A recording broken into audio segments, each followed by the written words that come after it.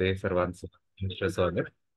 मित्रांनो, खरं तर या आधी सुद्धा आतापर्यंत जे आपले 51 वेगवेगळे पुष्प झालेले आहेत, तर त्यामध्ये वेगवेगळ्या पर्यावरणाच्या संदर्भातल्या विषयांना आपण स्पर्श केला होता आणि व्याख्यान झाल्यानंतर ज्या वेळेला आपण फीडबॅक फॉर्म घेत असतो, तर त्यावेळेला तुमच्याकडूनच आपण सजेशन मागत असतो, की जेणेकरून हा उपक्रम हा आपल्या सर्वांचा सर्वसमावेशक असावा आणि तुमची मतं सुद्धा याच्यामध्ये अत्यंत मोलाची असल्यामुळे त्याच्यानुसार आपण व्याख्यान आयोजित करत असतो आणि तशाच पद्धतीचा काही जणांकडून वारंवार अशा पद्धतीचा फीडबॅक येत होता आणि तो म्हणजे असा की औषधी वनस्पतींच्या संदर्भात निसर्गवान व्याख्यानमालेमध्ये व्याख्यान झालेलं त्यांना खूप जास्त आवडणार होतं आणि त्याच्यासाठी तशी डिमांड पण केलेली होती. आणि त्यासाठी म्हणून आजचं आपलं जे 52वं पुष्प आहे व्याख्यानमालेचं, निसर्गवान व्याख्यानमालेचं, तर ते आपण अर्पण करणार आहोत याच विषयाला आणि ते म्हणजे आपल्या परिचयातल्या असणाऱ्या औषधी वनस्पती. आणि त्याच्यासाठी म्हणून व्याख्याते म्हणून आपल्याला लाभलेले आहेत माझे मित्र doctor Datta Dhale sir. Datta Dhale sir यांचा परिचय करून द्यायचा म्हटलं तर खूप वेळ लागेल, तरी अतिशय कमी वेळेत म्हणजे अगदी थोडक्यामध्ये 2 मिनिटांमध्ये मी सरांचा परिचय करून देतो. ढाले सरांनी त्यांचे एम.एससी आणि पी.एच.डी हे department of botany doctor Babasaheb Ambedkar Marathwada university इथून कंप्लीट केलेलं आहे. त्याशिवाय ढाले सरांचं आणखीन एक महत्वाची ओळख म्हणजे ते अगदी सुरुवातीला सांगायला मला फार जास्त आवडेल म्हणजे जागतिक संशोधन जे असतात जागतिक पातळीवर ज्यांच्या संशोधनाला फार मोठ्या प्रमाणामध्ये अ, मान्यता मिळालेली आहे अशा सर्व संशोधकांसाठी म्हणून अ, एक रँकिंग दिलं जातं आणि ढाले सरांचं याच्यामध्ये खूप मोठ्या पातळीवरचं संशोधनावरचं योगदान असल्यामुळे त्यांना पण खूप मोठ्या प्रमाणामध्ये यासाठी मानांकन मिळालेलं आहे. आणि संशोधनामध्ये जागतिक मानांकन मिळवणारे फार मोजके जे संशोधक आहेत त्यापैकी डॉक्टर दत्ता ढाले सर हे आहेत. ढाले सर सध्या कैलासवासी कर्मवीर डॉक्टर पारा घोगरे विज्ञान महाविद्यालय धुळे येथे वनस्पतीशास्त्राच्या पदव्युत्तर विभागामध्ये सहयोगी प्राध्यापक आणि संशोधक मार्गदर्शक म्हणून मागच्या 15 वर्षापासून कार्यरत आहेत. सरांचे अभ्यासाचे विषय हे अतिशय वैविध्यपूर्ण आहेत आणि त्यापैकीच आणखीन एक महत्वाच्या विषयावर ज्यांनी आपलं संशोधनावर जास्त फोकस केलेला आहे तर ते म्हणजे औषधी आणि सुगंधी वनस्पती यावर ते शिक्षणाचं आणि संशोधनाचं कार्य करत आहेत. सरांच्या कामाची पावती म्हणून सरांना आतापर्यंत 20 वेगवेगळे विविध पुरस्कार मिळालेले आहेत. त्यापैकी काही मोजके पुरस्कारांची जर नावं घ्यायची म्हटली तर सरांना world scientist and university ranking 2021, त्याचबरोबर शैक्षणिक उत्कृष्टता पुरस्कार 2020, प्रतिष्ठित फॅकल्टी पुरस्कार 2019, त्याचबरोबर इनोव्हेटिव्ह सायन्स टीचर पुरस्कार, यंग सायंटिस्ट पुरस्कार, सर्वोत्कृष्ट शोध निबंध सादरीकरण पुरस्कार असे संशोधनाच्या क्षेत्रातले पुरस्कार तर मिळाले आहेतच. मात्र सरांचा फक्त संशोधनामध्येच काम त्यांनी केलेलं नाही तर त्याशिवाय समाज कार्यामध्ये सुद्धा सरांना खूप चांगली आवड असल्यामुळे सरांच्या कार्याची दखल घेऊन सरांना सर्वोत्कृष्ट एन.एस.एस राष्ट्रीय सेवा योजना कार्यक्रम अधिकारी पुरस्कार हा सुद्धा महाराष्ट्र शासनाकडून मिळालेला आहे. सरांचा कामाचा आवाका एवढा मोठा आहे की सरांनी आतापर्यंत 10 पुस्तकं प्रकाशित केलेली आहेत. 21 वेगवेगळ्या पुस्तकामधली प्रकरणं त्यांचे प्रकाशित झालेले आहेत. सरांच्या नावावर 2 पेटंट आहेत आणि सरांनी 101 शोध निबंध राष्ट्रीय आणि आंतरराष्ट्रीय जर्नलमध्ये प्रकाशित केलेले आहेत. सरांच्या कामाचा सर्वांना लाभ मिळावा म्हणून सरांना अनेक ठिकाणी तज्ञ मार्गदर्शक म्हणून बोलवलं जातं आणि सरांनी आतापर्यंत वेगवेगळ्या राष्ट्रीय आंतरराष्ट्रीय कार्यशाळा परिषद आणि चर्चासत्रामध्ये 44हून अधिक भाषणं दिलेली आहेत आणि आपल्या कार्यामुळेच सरांची ओळख ही राष्ट्रीय आणि आंतरराष्ट्रीय पातळीवर झालेली आहे. सरांना संपादनामध्ये म्हणजे एडिटिंग मध्ये सुद्धा खूप जास्त रस आहे आणि त्यामुळे सरांनी वेगवेगळ्या टीव्ही जर्नल्स मध्ये सुद्धा स्वतःचं योगदान दिलेलं आहे. आणि त्याशिवाय सरांनी एम.एस.सी च्या संशोधन प्रकल्पासाठी 34 विद्यार्थ्यांना मार्गदर्शन केलेलं आहे. सरांच्या मार्गदर्शनाखाली विविध विषयामध्ये 6 विद्यार्थी हे डॉक्टरेट करत आहेत.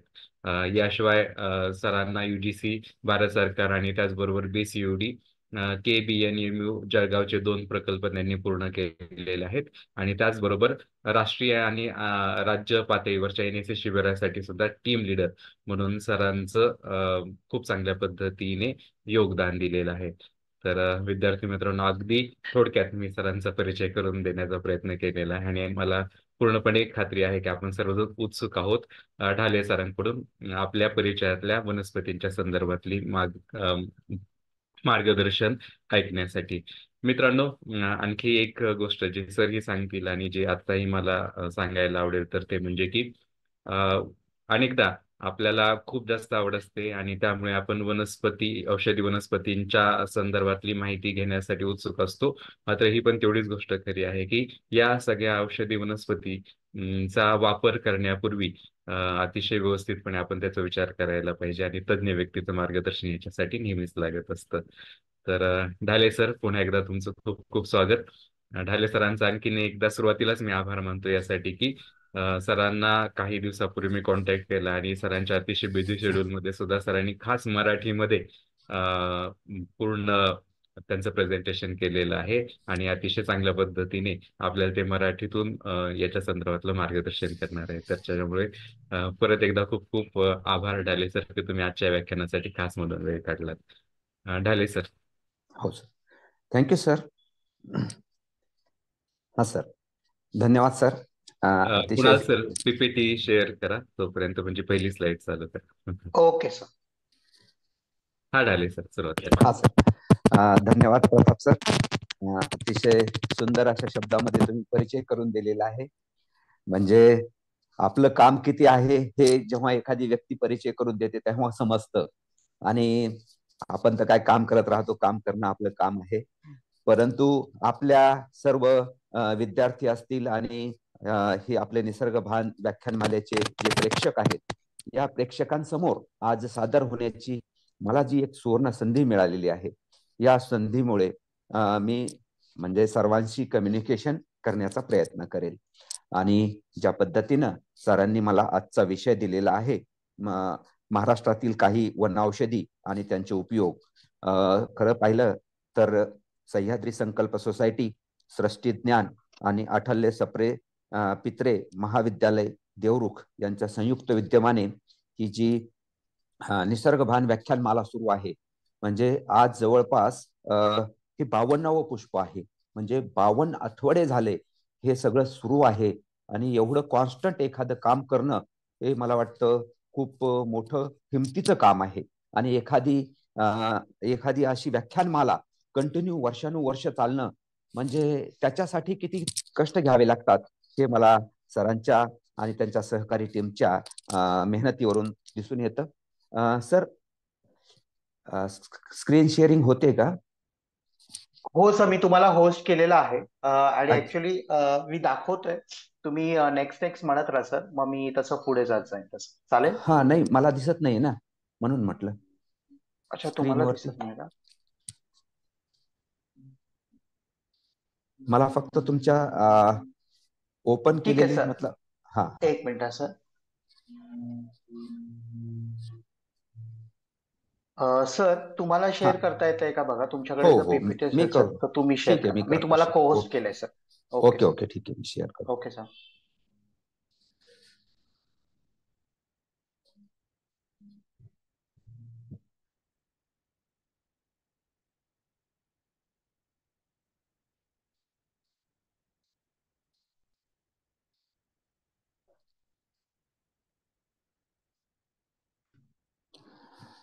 स्क्रीन शेअर करतो.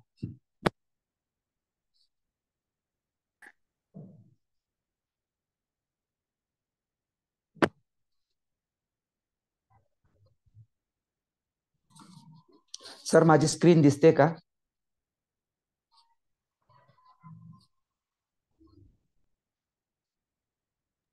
हो सर, दिसते. दिसते ना? ओके हो सर, तुम्ही continue. Okay, thank you. Okay sir. तर श्रोते हो, आजचा आपला विषय महाराष्ट्रातील काही महत्वपूर्ण वनौषधी आणि त्यांचे उपयोग. मी doctor Datta Dhale, department of botany, SSVPS, late Karmaveer doctor पारा घोगरे विज्ञान महाविद्यालय या ठिकाणी कार्यरत आहे.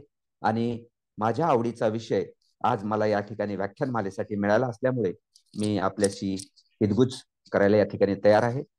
तसं पाहिलं तर आपल्या भारताचा इतिहास हा ज्ञान आधारित देश, दुनियामध्ये सर्वात जुनी आयुर्वेद पद्धती असणारा, पारंपरिक चिकित्सा पद्धती अवलंबणारा एक देश म्हणून आहे.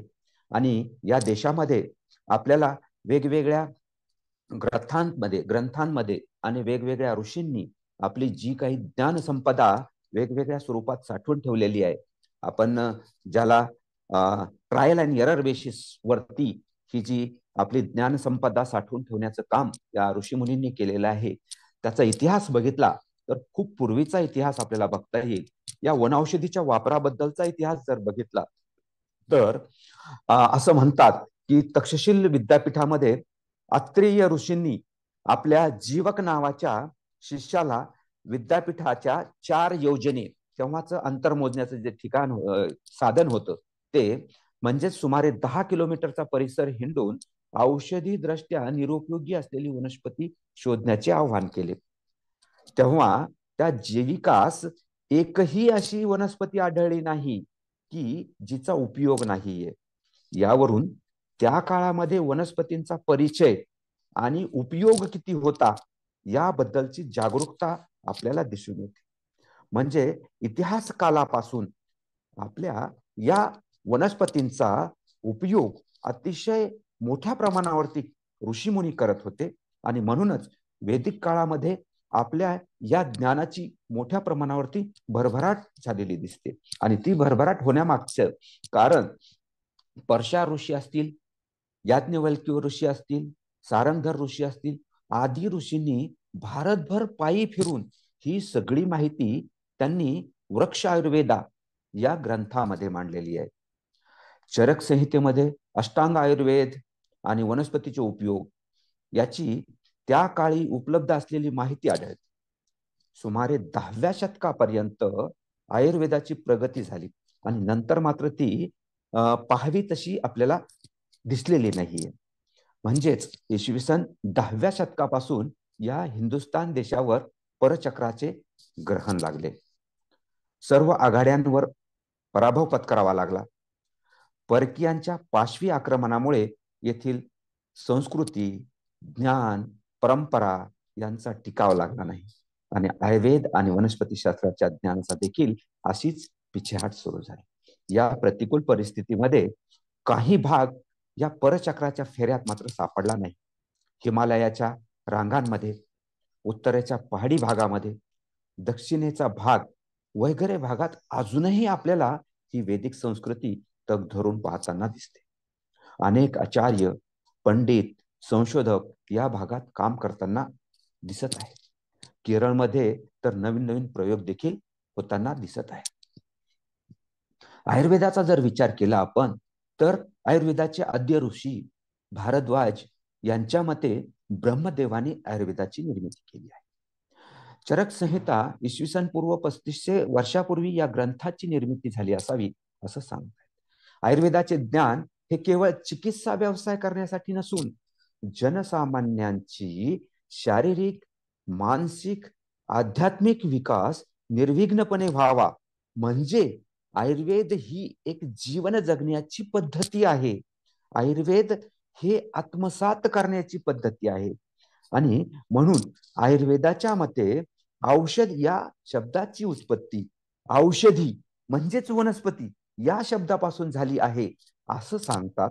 तर औषधी किंवा भेषज हे दोन्ही एकच शब्द म्हणजे ओष किंवा भेष म्हणजे दुःख आणि त्याचे निराकरण करणारे औषध असा आयुर्वेदामध्ये औषधाचा अर्थ सांगितलेला आहे. आणि म्हणून औषध आणि औषधोपचार ह्या गोष्टी आपल्या या वनौषधीमध्ये येतात. म्हणून आपण ह्या औषधाचा अर्थ समजून घेऊ. औषधाचा अर्थ समजून घेताना चरकाचार्य सांगतात जे रोग बरा करते आणि आरोग्य मिळवून देते ते म्हणजे औषध. औषधाचं काम म्हणजे नुसता रोग बरा करणं नव्हे तर आरोग्य मिळवून देणे हे खूप महत्वाचं काम कोण करतं? औषध करतं. आणि म्हणून त्याचं विश्लेषण करताना चरकाचार्य सांगतात औषधोपचाराने रोग बरा झालाच पाहिजे, त्याशिवाय शरीरातील इतर कमतरता, दोष असतील तर तेही बरे झाले पाहिजेत. शरीरातील विविध क्रिया व्यवस्थित होण्यास औषधाने मदत केली पाहिजे. आजाराची वेदना शमली पाहिजे. शरीर पुष्ट बनून हलके वाटले पाहिजे. मलमूत्र विसर्जन वेळच्या वेळी होऊन तोंडाला चव, रुची आली पाहिजे. तहान भूक लागणे, पोट हलके वाटणे, थकवा जाणे, उत्साह वाटणे, सर्व ज्ञानेंद्रिय, कर्मेंद्रिय सक्षम होणे, एकूणच प्रसन्न वाटणे, थकवा जाणे, या सर्व गोष्टी औषधाने साध्य झाल्या पाहिजेत, तरच त्याला औषध म्हणायचं. आता या गोष्टी आपण जी औषध पद्धती अंगीकारलेली आहे ती म्हणजे पाश्चिमात्य औषध पद्धती. आणि ह्या पाश्चिमात्य वैद्यक शास्त्रामध्ये आपल्याला हे जे औषधाचे गुण सांगितलेले आहेत, हे गुण किती दिसतात याची शंका आहे. म्हणून या ठिकाणी आपल्याला सांगता येईल, पाश्चिमात्य वैद्यकशास्त्राप्रमाणे तयार केलेली औषधे हे चरकचार्यांच्या व्याख्येत बसत नाहीत. या औषधाने बऱ्याच वेळा रोग झटपट बरा होतो, पण दुसऱ्या दिवशी व्याधी सुरू झाल्याचे लक्षात येत. ताप उतरण्यासाठी घेतलेलं औषध ताप उतरवतं, पण अंगाचा ठणका तसाच राहतो, तोंडाची चव निघून जाते, दुसऱ्या दिवशी मलावरोधाचा त्रास सुरू होतो. अहो, क्षयरोग बरी करणारी औषधं आहेत, पण ही औषधे घेतल्यानंतर आपल्याला जर कायमचं बहिरेपण आलं तर ती जबाबदारी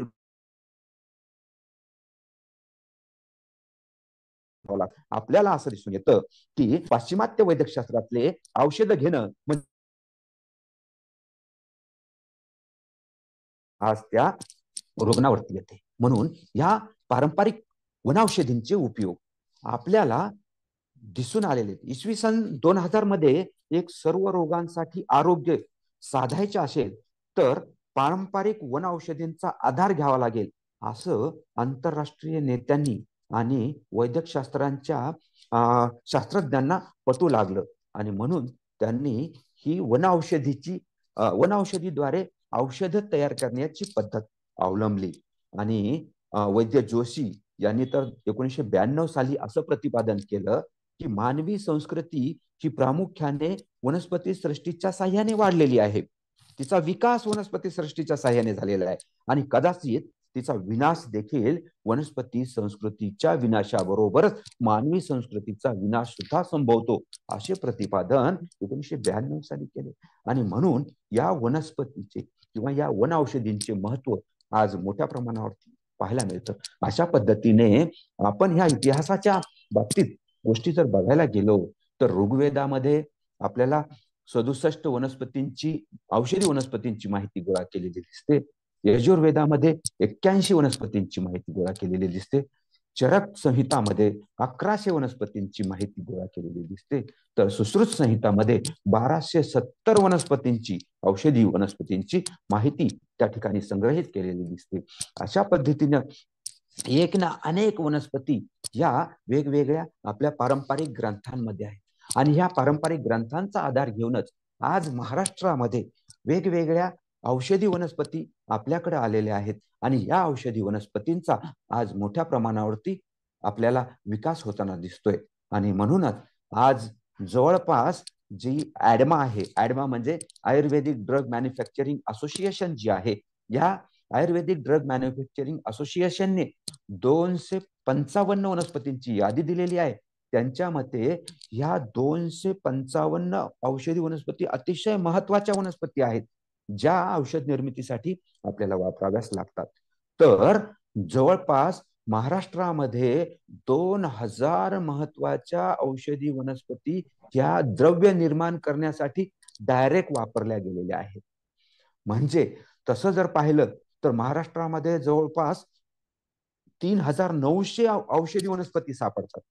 परंतु ह्या वेगवेगळ्या असणाऱ्या औषधी वनस्पतींच्या 970 वनस्पती ह्या डायरेक्ट औषधी म्हणजे द्रव्य बनवण्यासाठी वापरल्या जातात. एवढ्या मोठ्या प्रमाणावरती ह्या वनौषधी आज आपल्याला या महाराष्ट्रामध्ये पाहायला मिळतात. तर याच्यातील काही महत्वाच्या वनस्पती आज आपण या ठिकाणी बघूया. त्यातील पहिली वनस्पती आहे ब्राह्मी. आज ब्राह्मी हे नाव अतिशय सगळ्यांच्या परिचयाचं असं नाव आहे. बऱ्याच नर्सरीमध्ये ब्रह्मी नावाने वनस्पती दिली जाते. आपण त्यांना म्हटलं आम्हाला ब्रह्मीचं रोपटं द्या, तर ते दुसऱ्या चित्रामध्ये दिसणारी मंडूकपर्णी, जिला सेंटेला असायटिका असं म्हणतात, ही ब्रह्मी देतात. एवढंच कशाला, तुम्ही आज आपण मीडियाचे म्हणजे फॉलोअर्स आहोत आणि टीव्हीवरती जी ऍडव्हर्टाईज दिसते, ब्रह्मी आवळा केश तेल, त्या ब्रह्मी आवळा केश तेल मध्ये हीच मंडूक पर्णीची पानं त्या बाटलीमध्ये टाकताना ते त्या ऍडव्हर्टाईज मध्ये दाखवतात. परंतु मित्र हो, मी तुम्हाला अगदी या ठिकाणी जाणीवपूर्वक सांगेल की ज्याला ब्रह्मी म्हणतात, ब्रह्मी म्हणजे मेंदूची शक्ती वाढवणारी, मेंदूची शक्ती वाढवणारी ही सेंटेला असायटिका किंवा मंडूक पर्णी नाही, तर ती आहे जलब्रह्मी. तिलाच म्हणतात निरब्रह्मी आणि तिचं सायंटिफिक नेम आहे बॅकोपा मोनेरी. म्हणजे आज समाजामध्ये ह्या वनौषधी बद्दलची किती द्विधा मनस्थिती आहे. बरं, ही तुमची सामान्यांची द्विधा अवस्था नाहीये.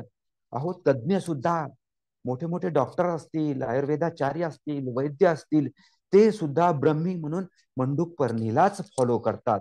परंतु बुद्धीचा विकास करण्यासाठी जे ब्राह्मीण नावाचं केमिकल आहे, ते ब्राह्मीण नावाचं केमिकल फक्त आपल्याला या जलब्रह्मीमध्ये पाहायला मिळतं. आणि म्हणूनच ब्रह्मी ही जी आपल्याला बुद्धिवर्धक टॉनिक किंवा बुद्धिवर्धक म्हणून ब्रह्मी जी वापरायची असते, ती ब्रह्मी तुम्ही नेहमी जलब्रह्मी वापरावी, असं या ठिकाणी मी प्रतिपादन करेन. त्यानंतरची दुसरी वनस्पती आहे शतावरी, ॲस्पॅरॅगस रेसिमोसस. या वनस्पतीचे मुळं वापरतात. आपण चित्रामध्ये बघत असाल तर एका वनस्पतीला 100हून जास्त मुळ्या आलेल्या आहेत, म्हणूनच कदाचित त्याला शत म्हटलेलं आहे. तर दुसरं त्याचं नाव शतावरी पडण्याचं कारण, शत म्हणजे 100 वरून अधिक वर्ष आयुष्य देणारी अशी ही वनस्पती आहे, म्हणून तिला शतावरी म्हटलेलं आहे. म्हणजे या वनस्पतीच्या मुळांचं जे सेवन करतो त्याचं आयुष्य हे नक्कीच 100 वर्षापेक्षा अधिक असतं, असं याची बऱ्याच ठिकाणी म्हणजे स्पष्टीकरण देताना दिसतं. शतावरी ही कफ आणि पित्त कमी करते. शतावरी पासून शतावरी घृत म्हणजे शतावरीचं तूप तयार केलं जातं आणि हे तूप पोटामध्ये असणारे जे व्रण आहेत, पोटामध्ये असणारे अल्सर आहेत, हे अल्सर दुरुस्त करण्याचं काम हे शतावरी घृत करतो. तेवढंच नाही तर स्त्रियांचे वेगवेगळे आजार आहेत, पोटांचे आजार आहेत, युटेरसचे आजार आहेत, हे युटेरसचे आजार दुरुस्त करण्याचं काम हे तूप तयार करतं, शतावरी घृत कमी करतं. विष्णू तेल असेल, शतावरी कल्प, मला वाटतं आफ्टर डिलिव्हरी शतावरी कल्प महिलांना रिकमेंड केलं जातं. ते अतिशय उत्तम असं औषध या शतावरी पासून बनलं जातं. तसेच प्रमेह, मिष्टेले तयार केली जातात. शतावरीपासून स्नायूंची शक्ती वाढवण्यासाठी वापरली जाते. ही शतावरी म्हणजे एक टॉनिक आहे. स्नायू म्हणजे ज्याला मसल्स बनवायचे आहेत. आज जे आपला तरुण वर्ग आहे, हा तरुण वर्ग बराचसा रेडीमेड येणाऱ्या त्या प्रोटीन्सच्या वेगवेगळ्या टॅबलेट्स आणि त्यांचे पावडर्स घेतात. त्यांच्यासाठी मी सांगेल की तुम्ही जर ह्या शतावरीचं चूर्ण सेवन केलं तर तुमच्या मसल डेव्हलपमेंटसाठी अतिशय उत्तम असं हे वनौषधी आहे. शतावरीचे नारायण तेल, सुप्रसिद्ध नारायण तेल वेदना शमनासाठी आणि अर्धांग वायूसाठी आणि संधिवातासाठी ते उपयुक्त असणारं ते तेल याच शतावरीपासून बनवल्या जातं. अशी ही शतावरी आपल्याला कोणत्याही गावाच्या आजूबाजूला सगळीकडे सुईच्या पानासारखी पानं असणारी, अतिशय कोणत्याही परिस्थितीमध्ये स्वतःचा तग धरून राहणारी, पाऊस पाणी कितीही दिवस नाही भेटला तरीही स्वतःचं अस्तित्व टिकून ठेवणारी ही शतावरी वनस्पती अतिशय महत्वाची अशी वनौषधी आहे. त्याच्यानंतरची पुढची वनस्पती जिला आपण म्हणू बेडकीचा पाला किंवा गुड मार. गुड म्हणजे गोड आणि मार म्हणजे मारणारी. म्हणजे जी वनस्पती गोडाला मारते ती वनस्पती म्हणजे बेडकीचा पाला, जिला आपण सायंटिफिक भाषेमध्ये जिम्नेमा सिल्वेस्ट्रिस म्हणतो. आता बऱ्याच जणांचा समज असा आहे की वनस्पती किंवा आयुर्वेद किंवा वनौषधीपासून आपण जेव्हा ट्रीटमेंट घेतो तेव्हा त्याचा उपचार होण्यासाठी आपल्याला बरेचसे दिवस लागतात. म्हणजे आज आपण औषध घ्यायला सुरुवात केली तर आपल्याला 15 दिवसानंतर 3 आठवड्यानंतर त्याचा रिझल्ट यायला लागतो. म्हणजे आपण ह्या पाश्चात्य वैद्यकशास्त्रावरती अवलंबून असणारे लोक अशा पद्धतीने जेव्हा विचार करतो तेव्हा मला या सगळ्यांसाठी एक गोष्ट आवर्जून सांगायला आवडेल की असा जेही विचार करतात त्यांनी हा बेडकीचा पाला किंवा हा गुडमारीचा पाला एका मिनिटासाठी तोंडामध्ये चघळावा.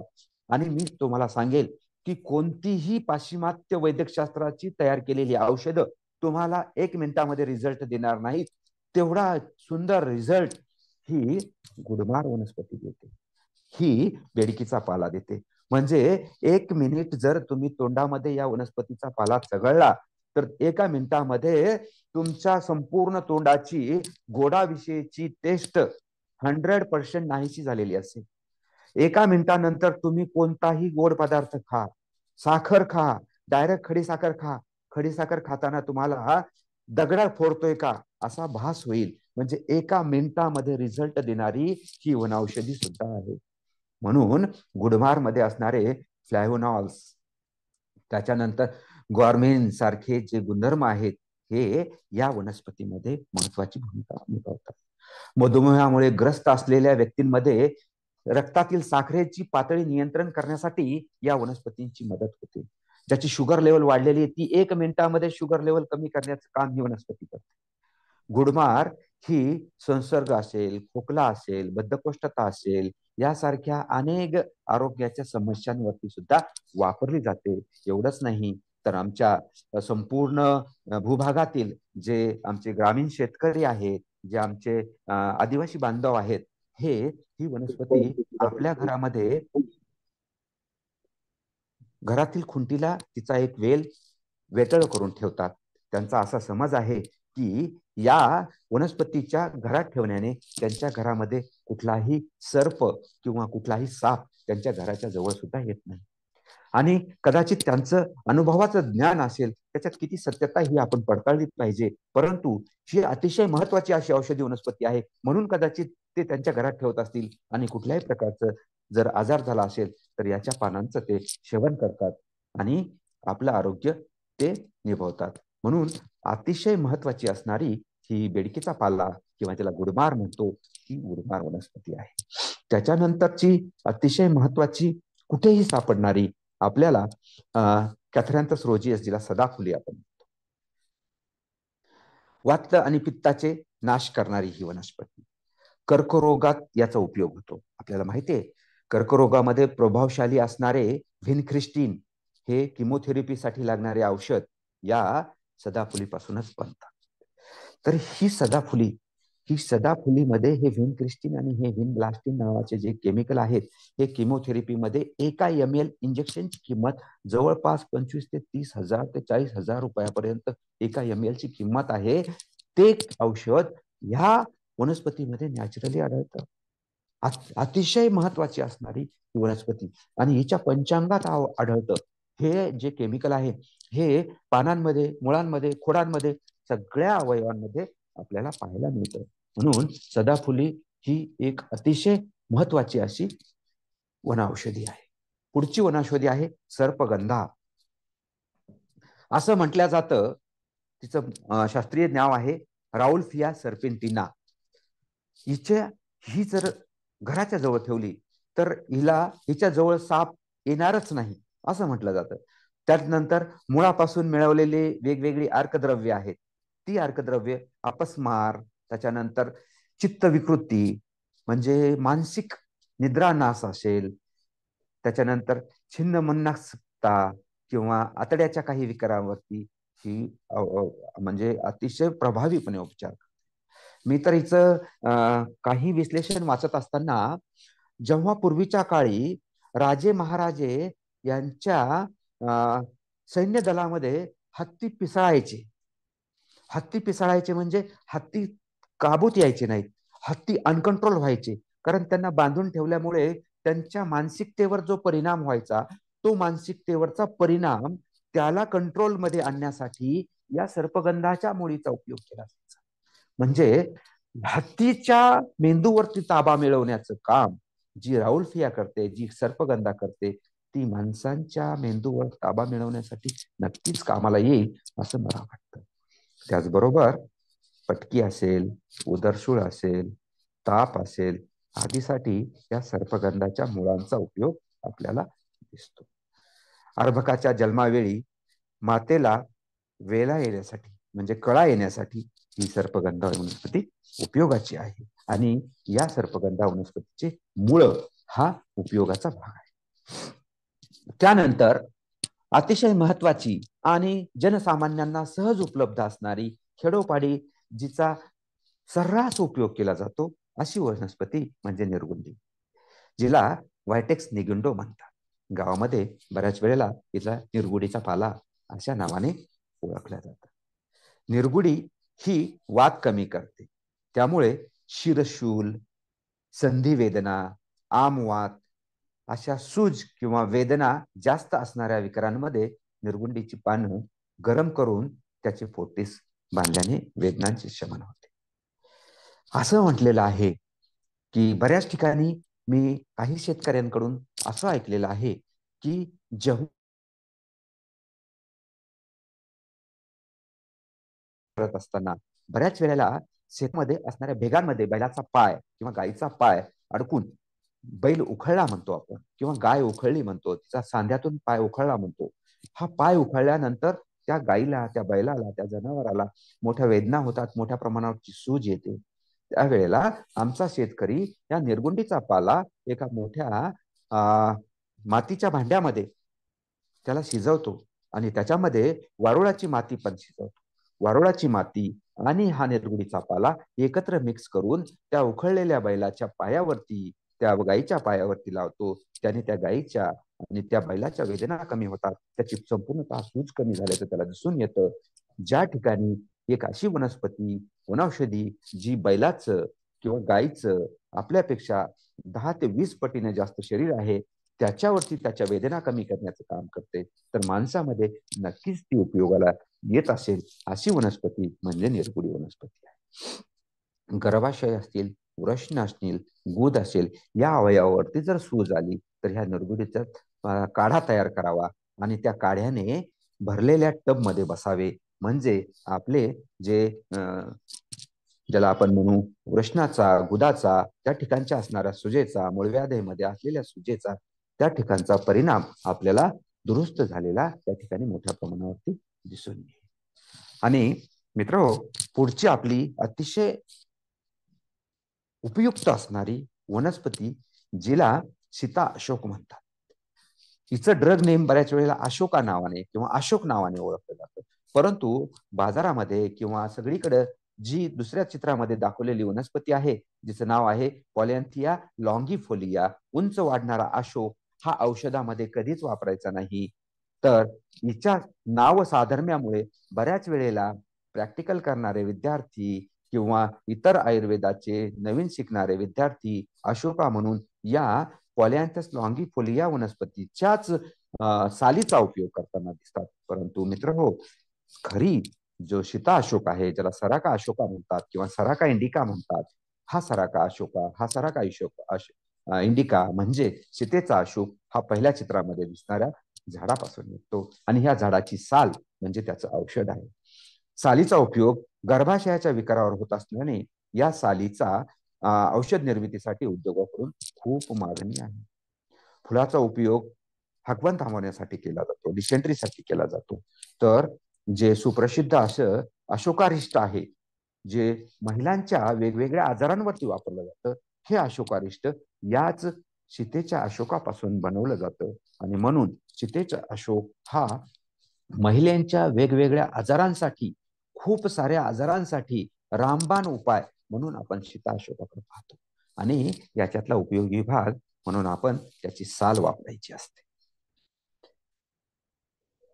त्याच्यानंतरची महत्वाची वनौषधी आहे भुई आवळी, ज्याला फायलॅन्थस अमॅरॅन्थस म्हणतात. सहज उपलब्ध असणारी, कुठेही पाहायला मिळणारी अशी ही वनौषधी आहे. भुई आवळीच्या फांद्यांचा फांट आवेमध्ये देतात, तर काविळीमध्ये मुळे वाटून दुधासोबत देतात, पंचांगाचा क्वाथ हिवतापामध्ये देतात. म्हणजे या वनस्पतीचे अँटी व्हायरल इन्फेक्शन, कुठल्याही प्रकारचं व्हायरल इन्फेक्शन असेल तर या वनस्पतीच्या पंचांगाचा फांट दिला तर नक्कीच कमी होतो. अशी ही अँटी व्हायरल असणारी, याने घाम सुटतो, झोप येते आणि तापाची पाळी म्हणजे आपल्याला जे थंडी तापाचा ताप असतो, व्हायरल इन्फेक्शनमुळे येणारा ताप असतो, ती तापाची पाळी चुकते. त्याच्यानंतर यकृत वृद्धी असेल किंवा प्लीहा वृद्धी असेल ती याने कमी होते. भुई आवळी लघवीचे प्रमाण वाढवते, त्याच्यानंतर आग कमी करते आणि म्हणून हिचा पाडम्यामध्ये उपयोग करतात बऱ्याच वेळेला. तर अशा पद्धतीची अँटीव्हायरल किंवा ज्याला व्हायरल इन्फेक्शन असतं हे मी फक्त मित्र तुम्हाला प्रतिकात्मक म्हणजे 2-4 मोजके उपयोग सांगतोय. असं पाहायला गेलं तर एका एका वनस्पतीचे आपल्याला 50-50, 60-60 नाही 100-100 उपयोगांची यादी करता येईल. एवढे सारे उपयोग या आपल्याला एका एका वनस्पतींचे आपल्याला पाहायला मिळतील. पण त्यातली त्यात जे अतिशय नावाजलेले, नावारूपाला किंवा सर्वसामान्यपणे वापरले जाणारे उपयोग आहेत तेच या ठिकाणी मी सांगण्याचा प्रयत्न करीत आहे. म्हणून या भुई आवळीचा उपयोग कुठल्याही प्रकारचं व्हायरल इन्फेक्शन असेल तर तुम्ही याचा उपयोग करू शकता. पुढची वनस्पती आहे गुंज, ज्याला ॲब्रस प्रिकॅटेरियस म्हटलं जातं किंवा गुंजपत्ती म्हणून आपण त्याला म्हणतो. की खोकला असेल, मूत्ररोग असतील यांच्यामध्ये या गुंजाचं मूळ म्हणजे बऱ्याच वेळेला गुंजाचा पाला आणि गुंजाचं मूळ म्हणजे ज्येष्ठ मधाला पर्याय म्हणून वापरला जातो. पाला वाटून व्रणशोधनावर किंवा व्रणावरती बांधल्यास थंडावा मिळून सूज कमी होते आणि व्रणरोपण होते. म्हणजेच याच्यामध्ये घशाला साफ करण्याचं, खोकल्याला कमी करण्याचं, कंठ सुधारक ज्याला म्हणू आपण की घसा साफ करणारच हे गुणधर्म याच्या मुळामध्ये आणि याच्या पानामध्ये आपल्याला पाहायला मिळतात. पुढची वनस्पती आहे सराटा किंवा ज्याला म्हणू आपण काटेगोखरू, ट्रायबुलस टेरेस्ट्रिस नावाचा आपल्याला कुठेही सापडणारा हा एक वनस्पती आहे. आपल्या पायामध्ये कोणत्याही स्थितीमध्ये तो उभा असेल आणि त्याचा जर काटा आपल्या पाया टोचत असेल तर तो असतो सराटा किंवा त्याला गोखरूही म्हणतो. पारंपरिकपणे बाळंतपणाचा ताप, बाळंतपणानंतरच्या काळातले किंवा या काळात उद्भवणारे रोग, पाचक, टॉनिक, अल्सर, ताप, जखमा इत्यादी आजार आणि सामान्य दुर्बलता म्हणजे त्याला काय म्हणू आपण टॉनिक म्हणून ह्या कामासाठी हा वापरला जातो. सराटा हा फक्त फळ आणि पंचांग अशा दोन्ही रूपात वापरला जातो. तर जे बाळंतपणासाठी किंवा बाळंतपणामध्ये असणारे ताप आहेत किंवा त्यानंतर उद्भवणारे जे वेगवेगळे रोग आहेत यांच्यामध्ये मोठ्या प्रमाणावरती सराट्याचं बिया वापरल्या जातात. तर बाकीच्या काही आजारांमध्ये संपूर्ण पंचांग त्याचे उपयोगाला येतात. असा हा कुठेही सापडणारा आपला ओळखीचा सराटा. त्यानंतरचा या कोरोना कालावधीमध्ये ज्यानं अधिराज्य गाजवलं एवढंच कशाला, कोणतंही आयुर्वेदिक औषध घ्या, ज्या आयुर्वेदिक औषधामध्ये गुळवेल नाही असे मोजकेच काही औषधं असतील. म्हणजे सर्व औषधांबरोबर कॉम्बिनेशन म्हणून वापरला जाणारा, त्याचबरोबर त्याची स्वतःची ओळख असणारा असा हा गुळवेल म्हणजेच टिनोस्पोरा कॉर्डिफोलिया. अशक्तपणा, कावीळ, कर्मीचा त्रास असेल, जुलाब होत असतील, पोटामधील मुरड असेल, मधुमेह असेल, मूळव्याध, संधिवात, हगवण अशा निरनिराळ्या व्याधींमध्ये गुळवेलीचा उपयोग केला जातो. एवढंच नाही तर या गुळवेलाचं जे सत्व आहे, सत्व काढण्याची खूप पद्धत छान सांगितलेली आहे एका ठिकाणी.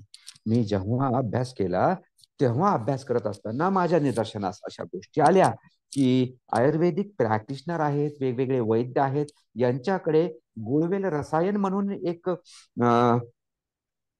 औषध असतं आणि ह्या औषधाला खूप मागणी आहे. त्याला गुळवेल सत्व म्हणतात. हे गुळवेल सत्व कोणत्याच आयुर्वेदिक डॉक्टरला किंवा कोणत्याच वैद्यांना ओरिजिनल गुळवेल सत्व मिळत नाही. कारण ओरिजिनल गुळवेल सत्व काढण्यासाठी खूप मोठ्या प्रमाणात मेहनत असते. आणि गुळवेल सत्व म्हणजे काय हे मी एका मिनिटात तुम्हाला सांगतो. तर मित्रहो, त्या गुळवेलाच्या छोट्या छोट्या कांड्या, 4 बोटाच्या कांड्या घ्यायच्या आणि कुऱ्हाडीच्या पालथ्या बाजूने म्हणजे बुंध्याकडून त्याला फोडायचं आणि उकळत्या पाण्यामध्ये मोठा उकळता भांडा घ्यायचा. उकळत्या पाण्यामध्ये या काड्या टाकल्या. उकळत्या पाण्यामध्ये त्यांना 15 मिनिटं, अर्धा तास आपण ढवळत राहिलं तर यांच्यातील व्हेसल्स मध्ये असणारे जे तत्व आहे ज्याला क्षार सत्व म्हणतात, हे क्षार तत्व किंवा क्षार सत्व किंवा गुळवेल सत्व आहे हे त्या पाण्यामध्ये येतं आणि हे पाण्यामध्ये आल्यानंतर ते पाणी थंड होऊ द्यायचं. ढवळून त्याच्यावरचा ज्या काड्या आहेत त्या काड्या बाजूला काढून ठेवायच्या. एक मोठी परात किंवा आपण त्याला कढई म्हणतो जी गुळ तयार करण्यासाठी वापरतात, अशा मोठ्या कढईमध्ये हे मोठ्या प्रमाणावरती पाणी घ्यायचं, गरम केलेलं पाणी, आणि त्याला सेटल होऊ द्यायचं. सेटल झाल्यानंतर वरचं पाणी हळूच काढून टाकायचं आणि त्याच्या खाली जो साका राहतो हा साका उन्हामध्ये सुकवायचा आणि ती जी पावडर तयार होईल त्याला गुळवेल सत्व म्हणतात. आणि ते गुळवेल सत्व औषधामध्ये रसायन म्हणून वापरलं जातं. आणि हे गुळवेल सत्व म्हणून बऱ्याचशा आयुर्वेदिक डॉक्टरांना सगळ्यांना कोहळ्याचा किस करून त्याची पावडर करून सगळ्यांना दिली जाते आणि गुळवेल सत्व म्हणून विकलं जातं. मित्र हो, अशा पद्धतीने जर वनौषधीचा दुरुपयोग करून पैसा कमवत असतील तर आमच्या वनौषधीला बदनाम करण्याचं काम हे बाकीची काही लोक करतात. त्याच्यामुळे त्यांना उपयोग येत नाही, परंतु अनेक अशा अनेक अशा गुणांवरती गुणांनी संपन्न असणारा हा गुळवेल कोणत्याही आजारामध्ये घेतला तरी रामबाण उपाय म्हणून गुळवेलाकडे बघितलं जातं. त्याच्यानंतर काळे चिरायत, ज्याला आपण कडू चिरायत सुद्धा म्हणतो, कारण अतिशय कडू असणारा हा अँड्रोग्राफिस पॅनिकुलाटा आपल्याला रस्त्याच्या कडेने बऱ्याच ठिकाणी पाहायला मिळतो. असं म्हटलं जातं की झटपट ताप उतारण्यासाठी जर कोणतं औषध असेल तर ते आहे काळे चिरायत.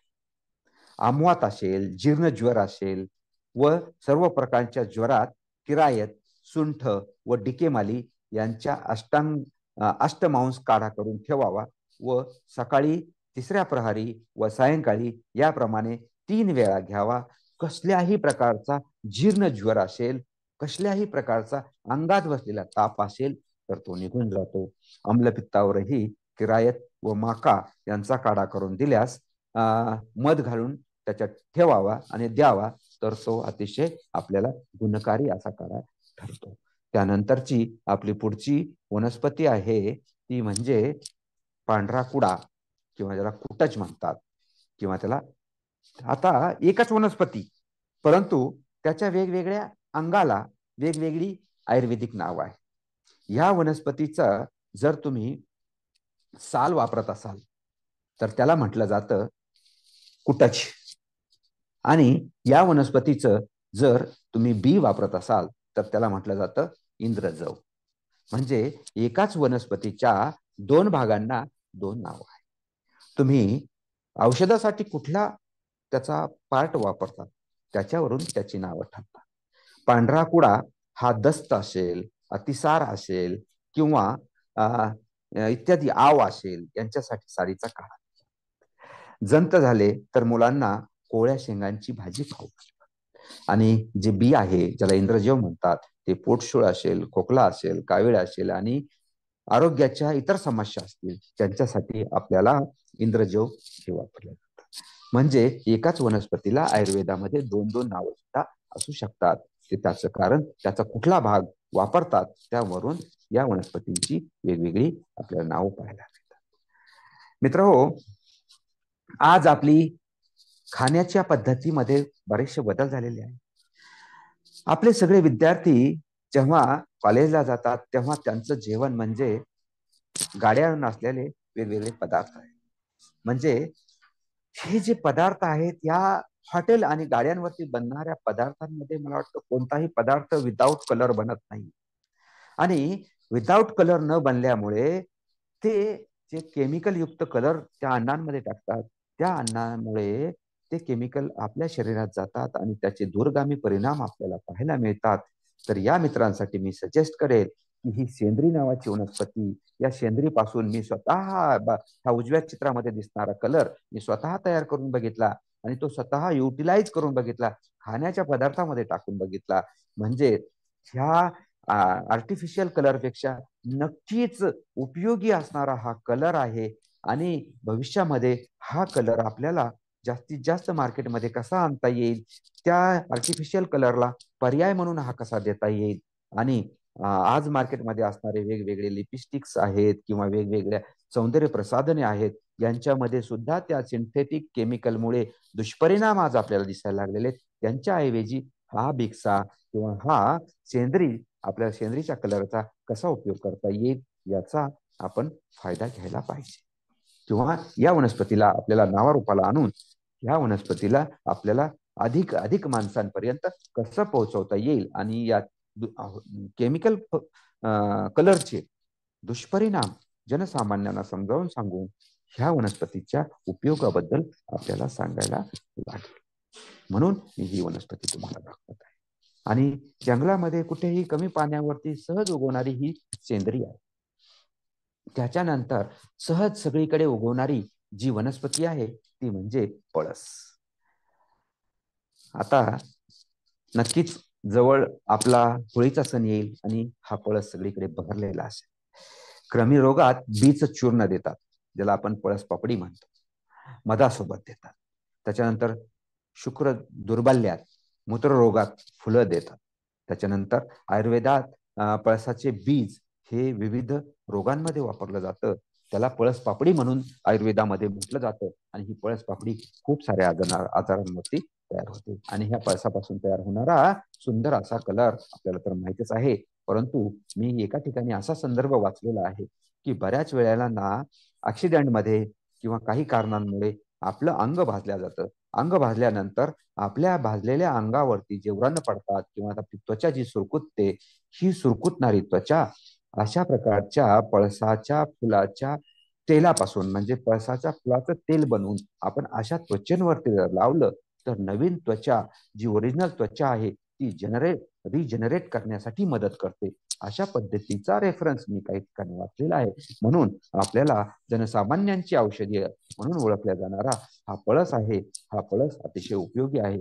शेतामध्ये चालताना माझ्या शेतकरी बांधवांच्या पोटामध्ये जर दुखायला लागलं, मुरडा जर यायला लागला, तर शेतकरी सहज जातो, पळसाच्या पानाचा देठ तोडतो आणि तो चावतो आणि त्याच्या पोटाची दुखी, पोटदुखी असेल, पोटातली मुरड असेल, ती कमी होते. म्हणूनच हा पळस सुद्धा अँटीमायक्रोबियल ऍक्टिव्हिटी असणारा किंवा कोलिक आजारांमध्ये वापरला जाणारा एक अतिशय महत्वाचा असा दुवा म्हणून आपण ह्या पळसाकडे पाहतो. अतिशय महत्वाची अशी औषधी वनस्पती ही आपल्याला पाहायला मिळते.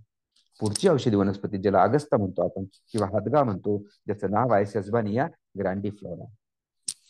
विटामिन ए ने समृद्ध असणारी, रातांधळेपणासाठी उपयुक्त ठरणारी, पडसे, डोकेदुखी यावर पानांचा रस नाकात टाकतात अशी ही वनस्पती हदगा आपल्या सर्वसामान्यांच्या आजूबाजूला कुठेही पाहायला मिळते.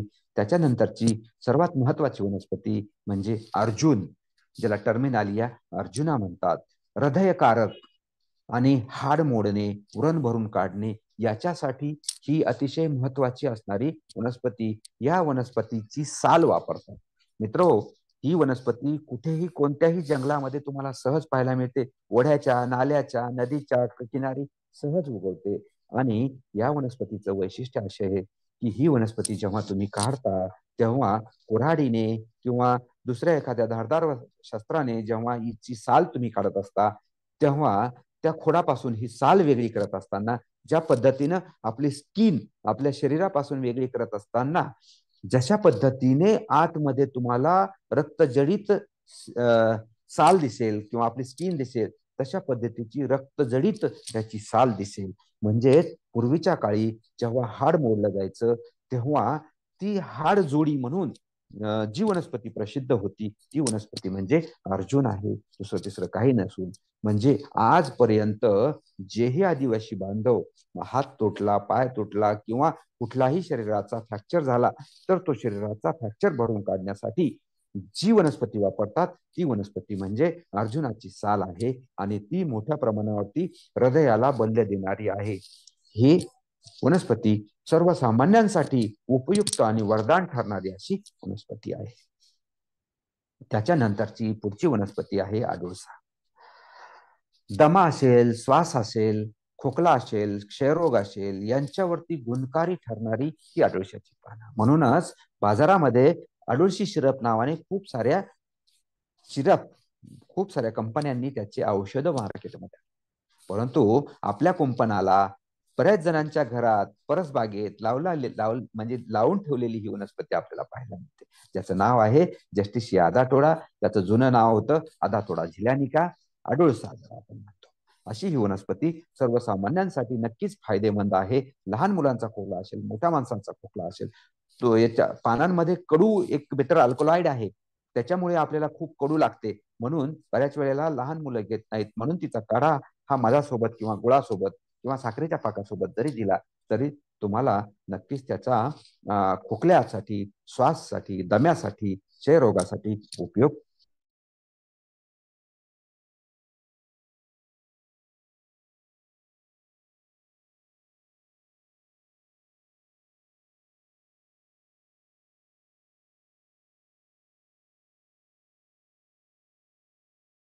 असलेले क्षार म्हणजे खडे बाहेर काढण्यासाठी ही वापरतात. पिसाळलेला कुत्रा चावला विंचू दंशावरती सुद्धा ही वनस्पती महत्वाची आहे. आणि मी तर म्हणजे काही ठिकाणी याचे असे रेफरन्सेस वाचलेले.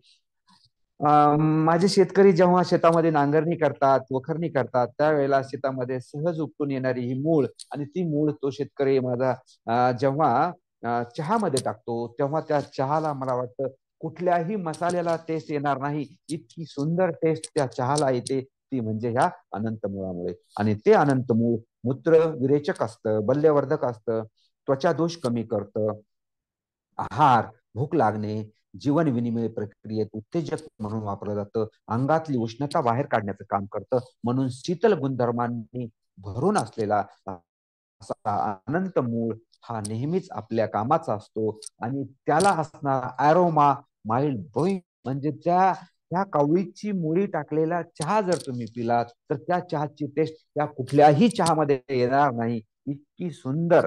म्हणजे चहा हा उत्तेजक आहे, आणि त्यामध्ये जर अनंत मुळाची मुळी टाकलेला चहा असेल तर तो चहा नक्कीच तुम्हाला सगळ्या पद्धतीचा प्रफुल्लपणा देणारा चहा ठरेल असं मी म्हणेल. त्याच्यानंतरचा पुढचा वनौषधी आपली आहे उंबर, ज्याला फिकस रेसिमोसस म्हणतो. नाकातून लघवीतून रक्त जात असल्यास त्याची फळं खातात. लहान मुलांना अपचन होत असल्यास म्हणजे पचन होत नसल्यास ह्याच्या चिकाचे म्हणजे जे कच्च फळ तोडल्यानंतर त्याच्यातून जे दूध येतं त्याचे 10 थेंब दुधासोबत किंवा साखरेसोबत किंवा 2 थेंब आपण बत्तासा घ्यायचा आणि त्या बत्ताशामध्ये टाकायचे आणि तो बत्तासा खायला द्यायचा. असं केल्याने आपल्याला लहान मुलामध्ये पचनाचे म्हणजे त्रास जो आहे हा दुरुस्त झालेला बऱ्यापैकी दिसून येतो. त्याचबरोबर व्रण भरून काढण्यासाठी म्हणजे जखम भरून काढण्यासाठी उंबर आहे, त्याच्यानंतर पिंपळ आहे, वड आहे आणि अर्जुन आहे. या चौघांची साल आपण उकळून त्याचा काढा करून त्या काढ्याने जर व्रण साफ केला, जखमा साफ केल्या तर त्या जखमा अतिशय लवकर भरून येतात असं आयुर्वेदामध्ये सांगितलेलं आहे. पुढचा आहे एरंड. संधिवातावर बियाचा पोटीस बांधतात. तर बऱ्याच वेळेला संधिवात हा निर्माण होण्याचं कारण असं सांगितलं जातं की आपल्या म्हणजे स्नायू असतील, हे स्नायू जड बनणे आणि तेलाचं प्रमाण कमी होणे, गुडघ्यामध्ये किंवा सांध्यांमधलं तेलाचं प्रमाण कमी होणे. अशा वेळेला आम्ही बऱ्याचशा रुग्णांना सांगतो की एका बाजूला पोळीच्या या एरंडाचं तेल लावून ते गरम केलेली पोळी तेल लावलेल्या भागांकडून आपण आपल्या गुडघ्यांवरती लावून ठेवल्यास आपल्या गुडघ्यामध्ये बराचसा मऊपणा, कातडी मऊ होऊन वाफेने आतमध्ये तेल घुसून आपल्या गुडघ्यामध्ये जे काही कमी झालेलं ऑइल आहे ते भरून काढण्याचं काम आणि सांधेदुखीमध्ये बऱ्या प्रमाणावरती एक रिलीफ मिळण्याचं काम ही एरंड वनस्पती देते. आणि कावेळीमध्ये कोवळ्या पानांचा रस साखरेबरोबर देतात. अजून बरेचसे उपयोग आहेत, परंतु जनसामान्यांसाठी उपयोगी असणारी ही एक एरंड आपल्याला कुठेही पाहायला मिळते. त्याच्यानंतर सहज उपलब्ध असणारी नाय, ज्याला आपण तण म्हणतो, त्याचं शास्त्रीय नाव इनिकोस्टेमा ॲक्झिलॅरिया म्हणून आहे. संधिवातामध्ये नाय सोबत जिरे, कांदा, एरंडेल यांचा लेप देतात आता सांगितल्या पद्धतीने. आणि ताप उतरण्यासाठीचा रामबाण उपाय, अँटीव्हायरल प्रॉपर्टी प्रूव्ह करणारा ही वनस्पती आहे, जिचं नाव आपण कडवी नाय या नावाने आपण म्हणतो. सहज कुठेही उपलब्ध असणारी ही वनस्पती आहे. त्याच्यानंतरचा पुढचा महत्वाचा आपला वनौषध आहे तो म्हणजे कडुलिंब. मी तर म्हणेल कडुलिंबाचा कोणता भाग उपयोगी नाही असा एकही भाग नाही, आणि प्रत्येक भागाचा वेगवेगळा उपयोग आपल्याला पाहायला मिळतो. पानं हे शोधजनक आहेत, त्वचेस उत्तेजक आहेत, पुरणशोधक आहेत, क्रमिघ्न आहेत, मोठ्या प्रमाणावर वालकक आहेत म्हणजे वमन करतात. तेल वातावर, उष्टग्न आहे, हिवतापावर विषम ज्वरात, बाळंतपणात सालीचे चूर्ण, तेल किंवा पानाचा रस देतात. मूळ व्याधीमध्ये 2 ग्राम आंतर सालीचे चूर्ण, तूप आणि गुळातून देतात. रक्तमूळ व्याधीमध्ये 3 ते 4 फळं खाण्यास देतात, जेणेकरून साफ त्याला त्याची जी रिसेंट हे आहे मल आहे त्याचा मल साफ निघावा. पानाच्या काड्याने डोके धुतल्यास केस गळ थांबते, कोंडा कमी होतो, ओवा कमी होतात. त्याच पद्धतीने आपल्याला त्याच्या फुलांचा वेगळा उपयोग, पानांच्या काड्यांचा वेगळा उपयोग, त्याच्या पानांचा वेगळा उपयोग, सालीचा वेगळा उपयोग, असा एक न एक त्याच्यानंतर बियांचा उपयोग, तेलांचा उपयोग, एकानं एका प्रकारच्या अवयवाचा वेगळा वेगळा उपयोग असणारी ही कडुलिंब म्हणजे जणू आयुर्वेदाने दिलेले भारतीयांना एक वरदानच आहे. आणि अझाडिरेक्टा इंडिका इंडिका नावावरूनच असं समजतं त्याची उत्पत्ती ही भारतातून झालेली आहे. त्यामुळे भारतातील सर्व लोकांना सर्व आजारांपासून दूर ठेवणारी ही एक वनौषधी म्हणजे कडुनिंब आहे. त्याच्यानंतरचा करंजा आणि बाकुची. पहिल्या चित्रामध्ये करंजा आहे आणि दुसऱ्या चित्रामध्ये बाकुची आहे किंवा बाऊची म्हणतात त्याला. यांचं तेल हे त्वचा रोगात आणि वात तेल रोगात, अंगदुखीसाठी, सांधेदुखीसाठी वापरतात. त्याच्यानंतर खरूज, इसब, नायटा इत्यादी रोगांमध्ये करंजाचं तेल, कडुलिंबाचा रस आणि कापूर, गंधक यांचं समप्रमाणात मिश्रण करून वापरतात. तसंच अर्धशिशीवर करंजाचं बी आणि गूळ याचं नश्य करतात. करंजाची झाडं रस्त्याच्या कडेने संपूर्णतः कुठेही आपल्याला लावलेली दिसतात. तर बावची आहे, ही बावची आपल्याला तण म्हणून सगळीकडे उगवताना दिसते. करंजाला आपण पोंगामिया पिन्नाटा म्हणतो. पुढची वनस्पती आहे कळलावी, ग्लोरियोसा सुपरबा. अतिशय सुंदर फुल असणारी ही कळलावी जंगलामध्ये आपल्याला पाहायला मिळते. व्रण, गंडमाळा, सर्पदंश, विंचूदंश यावर लेप लावताना त्याच्यानंतर मोडलेला काटा निघण्यासाठी लेप लावतात. त्याच्यानंतर गर्भपातासाठी कंद योनी मार्गात ठेवतात. पानाचा रसाने त्याच्या उवा मारतात. त्याच्यानंतर आमचे जे आदिवासी बांधव आहेत, हे आदिवासी बांधव त्यांच्या घरापासून म्हणजे मला वाटतं 100-100, 150-150 किलोमीटर दूरवर दवाखाना असतो. मग अशा वेळेला त्यांच्या स्त्रिया जेव्हा डिलिव्हरी होतात, मी असेही काही रेफरन्स वाचलेले आहेत की या कळलावीची मुळी, हिचं नावच कळलावी याच्यासाठी म्हटलेलं आहे की डिलिव्हरी पेन. कळ म्हणजे डिलिव्हरी आणि लावी म्हणजे लावणारे. डिलिव्हरीमध्ये आपले डॉक्टर्स आपण बाळंतपणासाठी गेल्यानंतर कळ लावण्याचे इंजेक्शन देतात. तर सहवासाने म्हणजे ह्या ग्लोरियोसा सुपरबाच्या नुसत्या सहवासाने आदिवासी बांधव याची मुळी आपल्या केसांच्या ज्या बाईची डिलिव्हरी होणार आहे, ज्या स्त्रीची डिलिव्हरी होणार आहे, त्या बाईच्या केसांमध्ये याची फक्त मुळी ठेवतात आणि तिच्या सहवासाने त्या बाईला, त्या स्त्रीला कळा सुरू होतात आणि तिची सेफ डिलिव्हरी होते. अशा पद्धतीचा या कळलावीचा उपयोग आहे आणि गर्भपातासाठी. परंतु बऱ्याच वेळेला अशा पद्धतीचे अघोरी प्रकार हे दिसून आलेले आहेत आणि हे खूप मोठं रसायन आहे. याच्यामध्ये खूप मोठं रसायन असल्यामुळे पूर्ण युटेरस सुद्धा बाहेर टाकण्याची क्षमता या वनस्पतीमध्ये आहे. म्हणून अशा अघोरी कृत्य करताना आपण कधीही तज्ज्ञाच्या सानिध्यातच औषधी घेतली गेली पाहिजे, तरच त्याचा आपल्याला उपयोग होतो. ना अदरवा त्याचे दुष्परिणाम झाल्याशिवाय राहत नाहीत. पुढचा आहे कात, ज्याला आकाशिया कॅटॅच्यू नावानं ओळखलं जातं. त्याचं नाव आहे सिनेगालिया कॅटॅच्यू. सालीच्या काढ्याने दात धुतात किंवा दातातून रक्त येत असेल तर ते थांबते. आयुर्वेदाच्या औषधांमध्ये मुख विकारा, डायरिया यावर औषध म्हणून कात वापरतात. त्याच्यानंतर इरिमेदादी तेल जे आयुर्वेदामध्ये सांगितलेलं आहे ते कातापासून तयार करतात.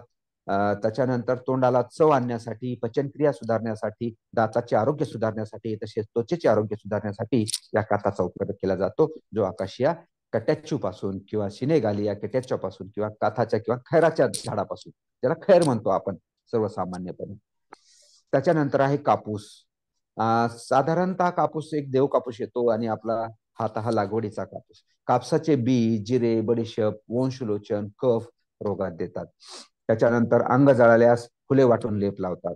कापूस जाळून जखमेवर भरल्यास जखम लवकर भरून येते.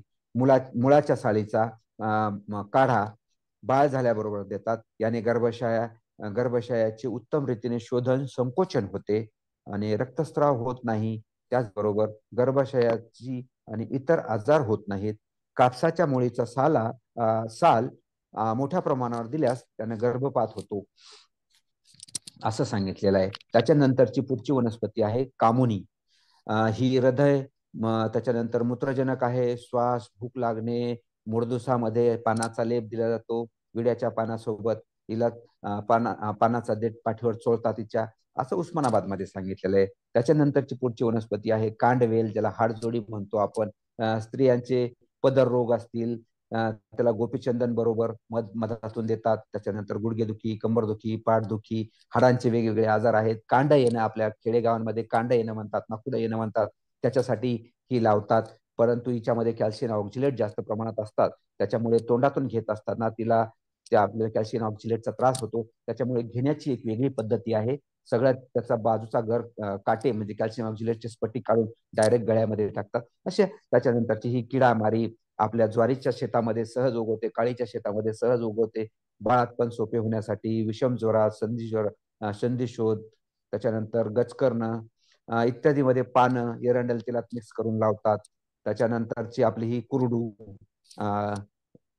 त्याचं बी 10 ग्राम खडीसाखर आणि दूध कामशक्ती वाढण्यासाठी देतात आणि मूतखड्यामध्ये याच्या मुळांचा काढा देतात. त्याच्यानंतरची आहे खाचखुयली, सर्वसामान्य कुठेही सापडणारी वनस्पती. हिच्या शेंगावरती असणाऱ्या काट्यांमुळे आपल्या अंगाला खाज सुचते, परंतु हिच्या बियांचे उपयोग अतिशय चांगले आहेत. मांस धातू, शुक्र धातूची ताकद वाढवण्यासाठी त्या कवचबीज, खाचखुयलीलाच कवचबीज म्हणतात, बनवलेल्या कवचबीजापासून बनवलेल्या कवचबीजा, त्याला काय म्हणतो आपण, हे कवचबीज जे औषध तयार झालेलं आहे किंवा अवलेह तयार आहे, कवचबीज अवलेह तयार आहे, तो कवचबीज अवलेह वापरला जातो. खाचखुयलीच्या मुळाचा काढा वातविकारात वापरतात. अशा खूप साऱ्या. त्याच्यानंतर स्पर्म काउंट वाढवण्यासाठी यांच्या बियांचा वापर अतिशय म्हणजे रिझल्ट देणार आहे. त्याचबरोबर थरकाप, लकवा ज्याला म्हणतो आपण, लकव्यामध्ये सुद्धा एल डोपा नावाचं कंटेंट याच्या बियामध्ये असल्यामुळे ज्याला लकवा म्हणतो आपण, त्या लकवा रोगांमध्ये सुद्धा याला वापरतात. गव्हांकुर हे एक उत्तम, आता हे वनौषधी म्हणायचं का नाही शंका आहे, परंतु एक आरोग्यवर्धक असं गव्हांकुराचा काढा किंवा गव्हांकुराचा रस म्हणू आपण, अतिशय उपयोगी. मी 350 आजारांवरती हा उपयोगाला येतो. ते करण्याची पद्धत पण सोपी आहे की आज गहू टाकलेले 8व्या दिवशी आज टाकायचे, उद्या टाकायचे, परवा टाकायचे, असे दररोज एका वाटी, आपली या ठिकाणी मी छोटीशी दुरडी दाखवलेली आहे किंवा तुम्ही झाकणीमध्ये टाकू शकता. आणि असे 8 झाकण्या जर केल्या, 8व्या दिवशी येणारे गव्हाचे अंकुर जर खाल्ले तर ते गव्हाचे अंकुर म्हणजे कान, डोळे, दात यांच्या सर्व विकारावर, सांधेदुखी, मेंदू विकार, स्त्रियांमधील मासिक पाळी, त्याच्यानंतर हार्मोन्सचं असंतुलन, थॅलेसमिया, कॅन्सर, वेगवेगळ्या आजारावर उपयोगी असणारा हा गव्हांकुराचा रस आहे. अतिशय उपयुक्त आहे. प्लंबॅगो झिलानिका, अतिशय तीक्ष्ण म्हणजे तीव्र असणारं हे रसायन. म्हणजे असं मी याचं वर्णन ऐकलेलं आहे की याची मूळ जर आपण स्किनवर घासली तर आपल्या स्किनवर मोठे फोड उठतात आणि त्याचे काळे डाग पडतात. परंतु मग हीच औषधी वनस्पती हिचं शुद्धीकरण करून ताकासोबत, दह्यासोबत घेतल्यास मूळव्याधासारख्या चांगल्या चांगल्या आजारांमध्ये ही कामाला येते. बिबा सर्वांना उपयोगी, याचे उपयोग तर माहितीच आहे. म्हणजे ज्याप्रमाणे सल्फ्युरिक ऍसिड असतील किंवा नायट्रिक ऍसिड आहेत, तशा पद्धतीचे गुणधर्म वनस्पतीमध्ये असू शकतात, हे बिब्याचं तेल आपल्याला दाखवून देतं. म्हणून खोकला असेल, दमा असेल, अपचन असेल, सूज असेल, यांच्यामध्ये आपल्याला तो उपयोग. आणि बिबा याची गोडंबी वेगळी आणि बिब्याचं जे फूल आहे ते फूल वेगळं. म्हणजे बिबा हे सीड आहे, सीडच्या बाहेरची तेल ते औषधात वापरतात आणि गोडंबीचं तेल ते वेगळं तेल ते वेगळ्या कामासाठी वापरतात. आणि बिब्याची गोडंबी, दुसऱ्या चित्रामध्ये मी दाखवलेली बिब्याची गोडंबी, ही हिवाळ्यामध्ये जे सुकामेवा तयार करतात त्याच्यामध्ये आपण टाकून वापरतो.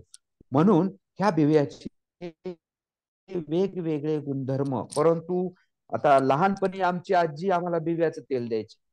पोटामध्ये दुखलं तर त्याच्यामध्ये, त्या बिब्यामध्ये सुई टोचून त्याला तेलाच्या दिव्यावरती धरायचं. तेलाच्या दिव्यावरती धरलं की तो बिबा पेट घेतो आणि तो बिबा पेट घेतला की त्याच्यातून तेल पडतं. ते तेल दुधामध्ये टाकायचं आणि ते गरम असतानाच प्यायचं आणि आमची पोटदुखी कमी व्हायची. अशी ह्या बिब्याची मी तर 100 ते 150 उपयोग वाचलेले आहेत एका पुस्तकामध्ये. परंतु बिब्याचं सेवन करताना अनुभवी आणि तज्ज्ञ निष्णात वैद्याच्याच देखरेखीखाली मार्गदर्शनाखाली घ्यावं, अन्यथा त्याच्या दुष्परिणामांना तुम्हाला सामोरं जावं लागेल. इतका हा खतरनाक किंवा घातक, जेवढा उपयोगी तेवढाच घातक असा औषधी वनस्पतीचा भाग आहे. त्याच्यानंतरचा पुढचा बेल, सर्वसामान्यांसाठी परिचयाचा असणारा बेल, रातांधळेपणा, डोकेदुखी, डोक्यातील ऊन नाशक करणारा, क्षय, बहिरेपण, हृदयविकार, पोटाचे दुखणे, अजीर्ण, आम्लपित्त, रक्तविकार, मधुमेह, या बेलाचे एवढे उपयोग आहेत की त्या बेलाचा गर असेल, त्याची पानं असतील, त्याची साल असेल, असा प्रत्येक अवयवाचा आपल्याला वेगळ्या पद्धतीने उपयोग करता येतो. त्याच्यानंतरचं माळ कांगोनी, ज्याला ज्योतिषमती म्हणतो, माळ बुद्धिवर्धक असणारी ही ज्योतिषमती जंगलामध्ये सगळीकडे सापडते. या ज्योतिषमतीचं तेल सांधेदुखीसाठी वापरतात, बुद्धिवर्धक म्हणून वापरतात. हे तोरणमाळचं चित्र आहे. आदिवासी बांधव ह्या माळ कांगोनी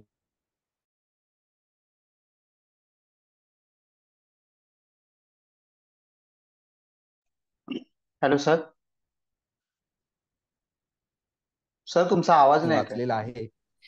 आणि अशा भरपूर आता ह्या दैनंदिन जीवनातल्या आम्ही मुद्दाम घेतलेले आहेत की बाबा ह्या वनस्पती जरी औषधी वनौषधी नसल्या तरी यांचा आहारात आपल्या उपयोग केल्याने आपल्याला बरेचसे आजार येत नाहीत, म्हणून याचा कदाचित आहारामध्ये समावेश केलेला आहे. अशा ह्या लसूण आणि कांदा आहेत, आलं आहे, यांचा उपयोग. आवळा आहे. आवळा ही विटामिन सी प्रतिकारक क्षमता वाढवणारी वनस्पती आहे आणि आवळा ही अशी वनस्पती आहे, त्याला तुम्ही शिजू घाला, भिजू घाला, काही करा, त्यात विटामिन सी हे नाश होत नाही. म्हणून घरच्या घरी कशी प्रक्रिया करायची आणि त्याची आपल्याला कशा पद्धतीचे म्हणजे आपल्याला आवळ्याचे वेगवेगळे, आवळा कंठी असेल, मुळावळा असेल किंवा वेगवेगळे आवळ्याचे पदार्थ कसे बनवायचे हे करता येईल. अशा अनेक वनस्पती आहेत, परंतु वेळेची मर्यादा पाहता, आपला टाइम पाहता शेवटी कॉन्सन्ट्रेशन करू शकत नाहीत.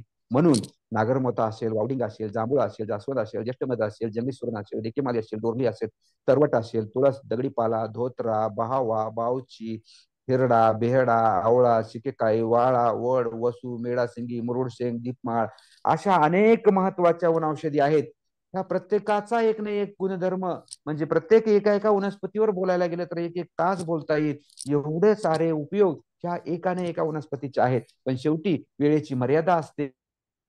मला या वनस्पतींबद्दल बोलण्याचं मी या ठिकाणी म्हणजे जास्ती न बोलता आवर देतो आणि आज बाजारामध्ये काही गोष्टी ज्या घडतायत त्याविषयी एक संकल्पना देतो की बऱ्याच वेळेला आपले विद्यार्थी, जे अभ्यास करणारे विद्यार्थी आहेत, ॲडमा, मी तुम्हाला मगाशीच म्हटलं की आयुर्वेदिक ड्रग मॅन्युफॅक्चरिंग असोसिएशन यांनी अक्कलकारा म्हणून एक वनस्पती सांगितली 255 वनस्पतींपैकी.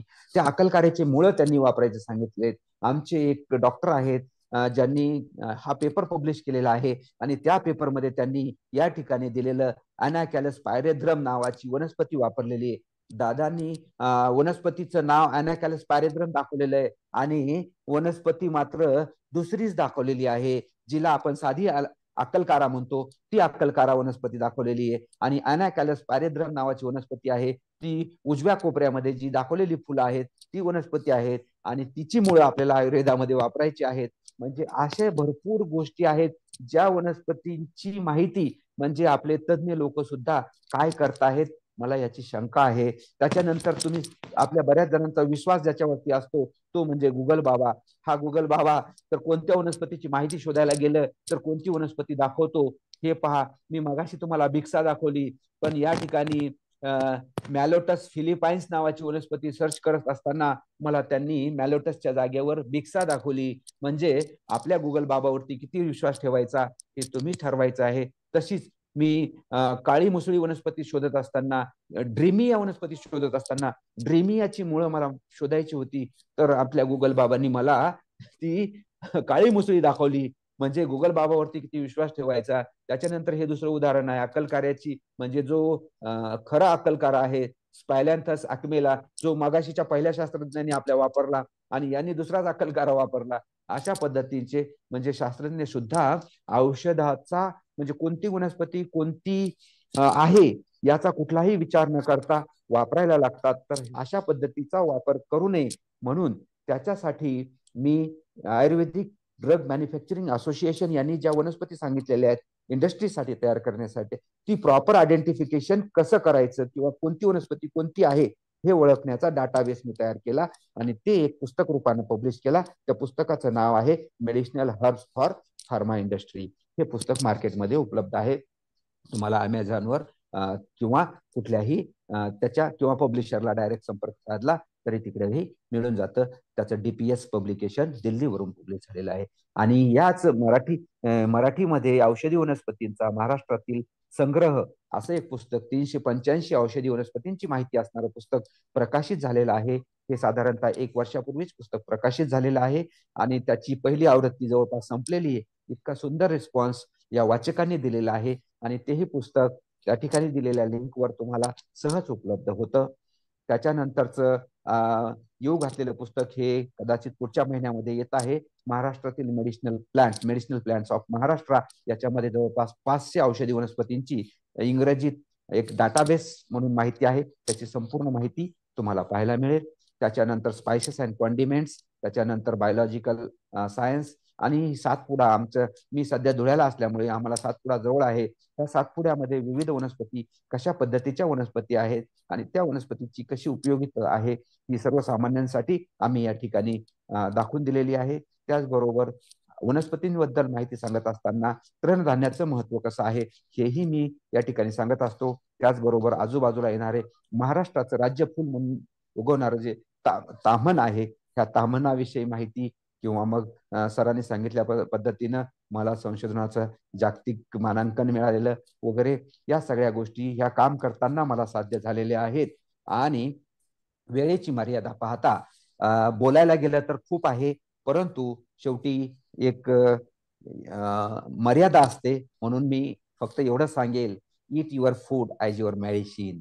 म्हणजे तुम्ही तुमचं अन्न हे औषध म्हणून खा, नाही तर otherwise you have to eat medicine as your food. Otherwise आपल्याला मेडिसिन ह्या अन्न म्हणून खाव्या लागतील. आणि हे सांगत असतानाच मध्ये कोणाला आता मी म्हणजे एकतर्फीपणाने बोललेलो आहे, मध्ये कोणाला काही शंका निर्माण झाल्या असतील तर आपण या ठिकाणी नक्कीच शंका सांगाव्यात आणि मलाही माझ्यासाठी काही सजेशन असतील तर ते सजेशनही सांगावेत, जेणेकरून मी पुढील वेळेस अतिशय ते माझ्या चुका सुधारून मी माझ्या पुढच्या व्याख्यानामध्ये माझ्या अभ्यासामध्ये त्या बदल करून. धन्यवाद सर. नाही, नक्कीच सर, नक्कीच सर. डाले सर खूप छान माहिती दिली. आणि शेवटचं जे वाक्य तुम्ही म्हणालात की eat your food as a medicine, खूपदा हे आपण विसरून जातो. पण जसं तुम्ही पण म्हणालात की जे औषधी वनस्पती आहेत त्यांच्यात विविधता जितकी आहे तर ते सांगण्यासाठी एक दिवस पण कमी पडेल. तर कोणाला काही प्रश्न असतील तर सरांना तुम्ही विचारू शकता.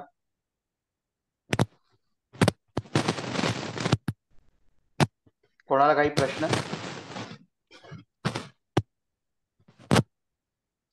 हॅलो, मला एक प्रश्न विचारायचा आहे. हा, विचारा सर. सर, औषधी वनस्पतीच्या लागवडी संदर्भात कशी माहिती मिळू शकेल किंवा कसं मार्गदर्शन कराल आपण? हा सर, आता हा विषय वेगळा विषय आहे. तरीही तुम्ही कुठे राहता सर?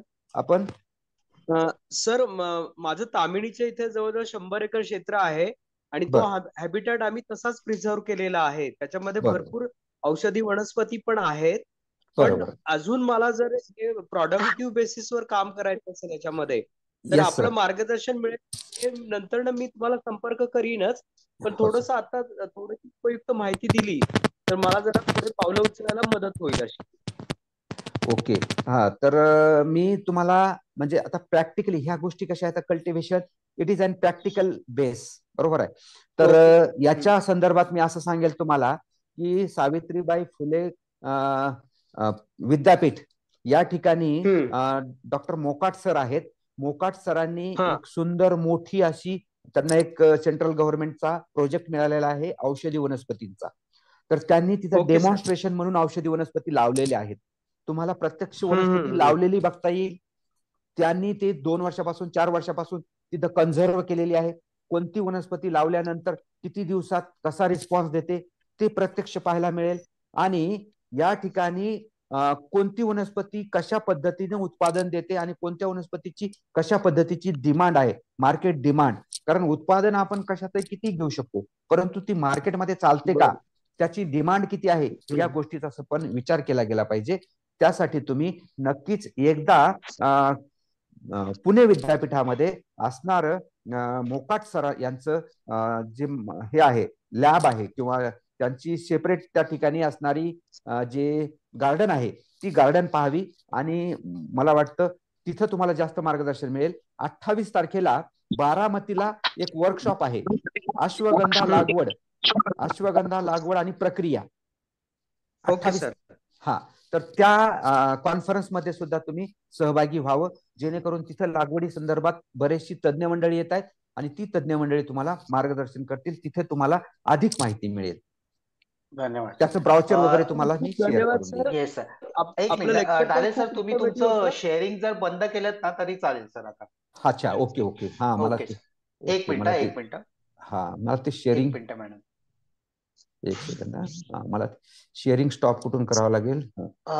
इथे शेअरिंग म्हणून असेल ना सर, तुम्ही सर लॅपटॉप ओपन लॅपटॉप वरती असाल, नाही, शेअरिंग म्हणून असं येतं, ते स्टॉप करावं लागतं. येस सर, मी शोधतो.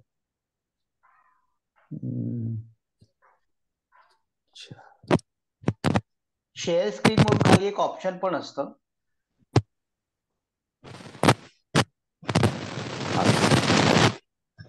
हा, झालं I think so. Okay sir, धन्यवाद सर. ज्यांना प्रश्न विचारा sir. Okay, continue. Thank you sir, क्वेरीचं उत्तर दिल्याबद्दल आणि खूप छान इन्फॉर्मेटिव्ह आणि महत्वपूर्ण लेक्चर झालं सर. खूप खूप धन्यवाद. Thank you thank you. आणि सर मी एकच सांगेल तुम्हाला की कल्टिव्हेशनच्या बाबतीत सर एकदा नाही, दोनदा नाही, तीनदा विचार करून कोणतंही पाऊल उचला. कारण कल्टिव्हेशनचं लागवडीचं क्षेत्र असं आहे सर, हे भावनिकतेवर नाही चालत. मी 2002 साली एका शेतकऱ्याला अश्वगंधा लागवडीसाठी दिली होती. त्या भावनेच्या भरामध्ये शेतकऱ्याने 2 एकर अश्वगंधा लावली आणि 2 एकर अश्वगंधामध्ये त्याची जी काही मुळं, समजा त्याला 2-4 क्विंटल मुळं आणि 2-4 क्विंटल त्याला जे काही बी मिळालं सर, त्याला अक्षरशः ते बिया फेकून द्याव्या लागल्या शेवटी. त्यामुळे आपण नक्कीच जेवपर्यंत आपला कोणाशी करार होत नाही, कोणत्या कंपनीशी आपलं टायअप होत नाही, तोपर्यंत कल्टिव्हेशनचं पाऊल उचलू नये. आणि मी तुम्हाला दिलेले ते 2 पत्ते आहेत, त्या ठिकाणी जाऊन बारामतीला गेल्यानंतर तुम्हाला अधिक त्याची माहिती मिळेल. नक्कीच sir. Thank you very much. Hello Dhale sir. हा सर. हा, विचारा सर. हॅलो, एक मिनिट सर. हा, विचारा सर.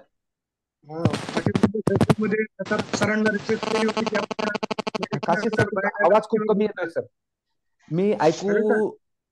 हा, मला ऐकायलाच येत नाही सर, अजून बोला. यायला आवाज? हा, आता येतोय सर, बोला.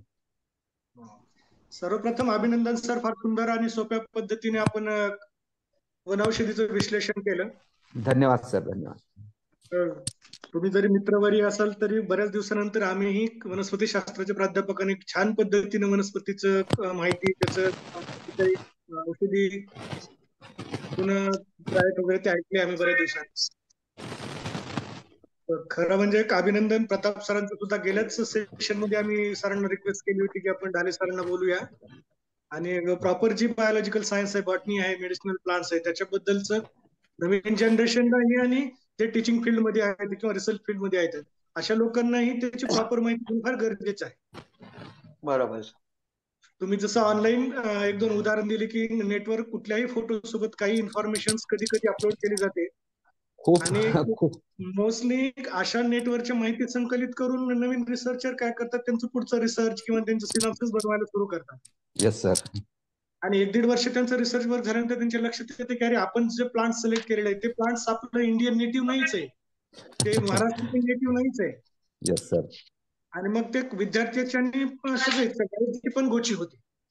तर छान उपक्रम सर, आणि तुमचं परत एक अभिनंदन. सुंदर पद्धतीने धन्यवाद. थँक्यू धन्यवाद सर, सर, थँक्यू फॉर धन्यवाद. Your kind words. Thale sir, खूप हा बोला जण सर. तर प्रेझेंटेशन माझा बद्दल प्रश्न शेअर करता येईल का विचारतायत. तर तर तुम्ही तुमचा जीमेल आणि मोबाईल नंबर चॅट मध्ये शेअर केला तरी चालेल. नक्कीच नक्कीच. माझा हा, आवाज डॉक्टर सर, दत्ता आवाज. ढाले हा, @gmail.com. Hello, okay. आवाज येतो का तर सर? चॅट हा बॉक्स सर, आता. मध्ये टाका ना लिहून सर. हा, ओके ओके, चॅट ठीक आहे बॉक्स सर. मध्ये लिहून ओके ओके टाका मॅम, काय म्हणजे हो सगळ्यांना हो दिसतं. चालेल मॅम. हो सर, हो हो.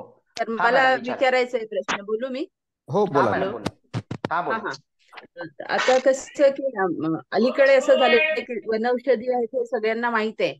आणि हो अलीकडे आपण काय करतो की साधे साधे आपण उपाय सांगितले की ताप आला तर हे घेता येते ते घेता येते. तर पण सहसा कसं की याचा प्रचार प्रसार झालेला नाही. जसं बरोबर. आधीच्या काळी जसं सरांनी सांगितलं ते काय म्हणजे मला मला माझ्या स्वतःचा अनुभव आहे की मी लहान असताना माझी आई मला ते नाय जे असते ना, भुईनिम ज्याला म्हणतात, तर येस येस. त्याचा पाल्याचा रस काढून ते त्यात त्याला ते गरम लोखंडाची कुठलं तरी टाकून ती द्यायची. बरोबर बरोबर आहे. आहे. हो त्याच्यामुळे तो ताप जायचा. किंवा मग पावसाळ्यात ताप येतो म्हणून मग आमच्या घरच्या गड्याला सगळं ते आंतरसाल काढून त्याचा काढा काढून ते सगळ्यांना प्यायला द्यायचे. तर अलीकडे हे सगळं कमी झालंय. आपण काय करतो येस की गोळी घेतो आणि मग ते केमिकल्सच आहे. आपल्या बॉडीला ते येस केमिकलची गरज नाहीये. तर हे कुठेतरी कमी झालं पाहिजे. हे जे काही काही लोक तर नुसते म्हणजे जसं शेवटचं वाक्य तुम्ही म्हणालात, yes. It your food as a medicine ना. तर हो ते जसं तर मेडिसिन फूड म्हणून सुरू झालेलं आहे. ही सुद्धा एक ही एक नवीन मोहीम आपल्याला या अंतर्गत राबवता येईल. नक्कीच थोडंसं काही नक्कीच. झालं तर हे करा. जर सर्दी झाली तर गोळी घ्या. त्याच्यापेक्षा सर्दी झाली तर हळदीचा अद्रकाचा चहा घ्या ना. Yes yes yes. तसं तेच वाट तेच. पाहते. ही संस्कृती आपल्याला डेव्हलप करायची, कारण येस. औषधं घेण्यामुळेही आजार वाढलेले. आणि मी डॉक्टरांचं एक सर्वे आहे की औषधांनी चांगलं होण्यापेक्षा मरणाऱ्यांची संख्या जास्त आहे. एक्झॅक्टली. तर याबद्दलही आपण जरा ही चळवळ अशी नक्कीच नक्कीच. माझं तर म्हणणं आहे फैलाव की झाला आपल्या पाहिजे. आपल्या शरीराला थोडासा डिफेन्स करू द्या. अहो सर्दी झाली की लागलीच तुम्ही टॅबलेट घेताय. अहो तुमचं शरीर तुम्हाला सांगतंय की तुझं शरीर चालू आहे, याचं इंडिकेशन म्हणजे सर्दी होणं आहे. मग त्या सर्दीला थोडंसं वाहू द्या. तुमच्या शरीरातलं जे टाकाऊ पदार्थ आहेत ते शरीरातून बाहेर पडू द्या. वर्षातून एकदा सर्दी होणं, वर्षातून दोनदा सर्दी होणं चांगलं आहे. त्याला तुमच्या शरीराला डिफेन्स करू द्या. प्रतिकार क्षमताने, प्रतिकार शक्तीने ती सर्दी राहू द्या. ती राहणं म्हणजे तुम्ही बरोबर जे सर. अँटीडोट्स घेतायत किंवा अँटीबायोटिक्स घेताय ते तुमच्या शरीराला तुमच्या स्वतःचे अँटीबायोटिक्स तयार करू द्या. तुमच्या शरीराला अँटीबॉडीज तयार करू द्या. तुमचं शरीर अँटीबायोटिक्स तयार करतंय, तुमचं शरीर अँटीबॉडीज तयार करतंय. पण तुम्ही बाहेरचे अँटीबायोटिक्स घेऊन अँटीबॉडीज तुमच्या शरीरात टाकतायत आणि त्या बाहेरच्या परकीय अँटीबॉडीज तुमच्या शरीरात निर्माण झाल्यामुळे त्या बाहेरच्या व्हायरसची डिफेन्स करतायत.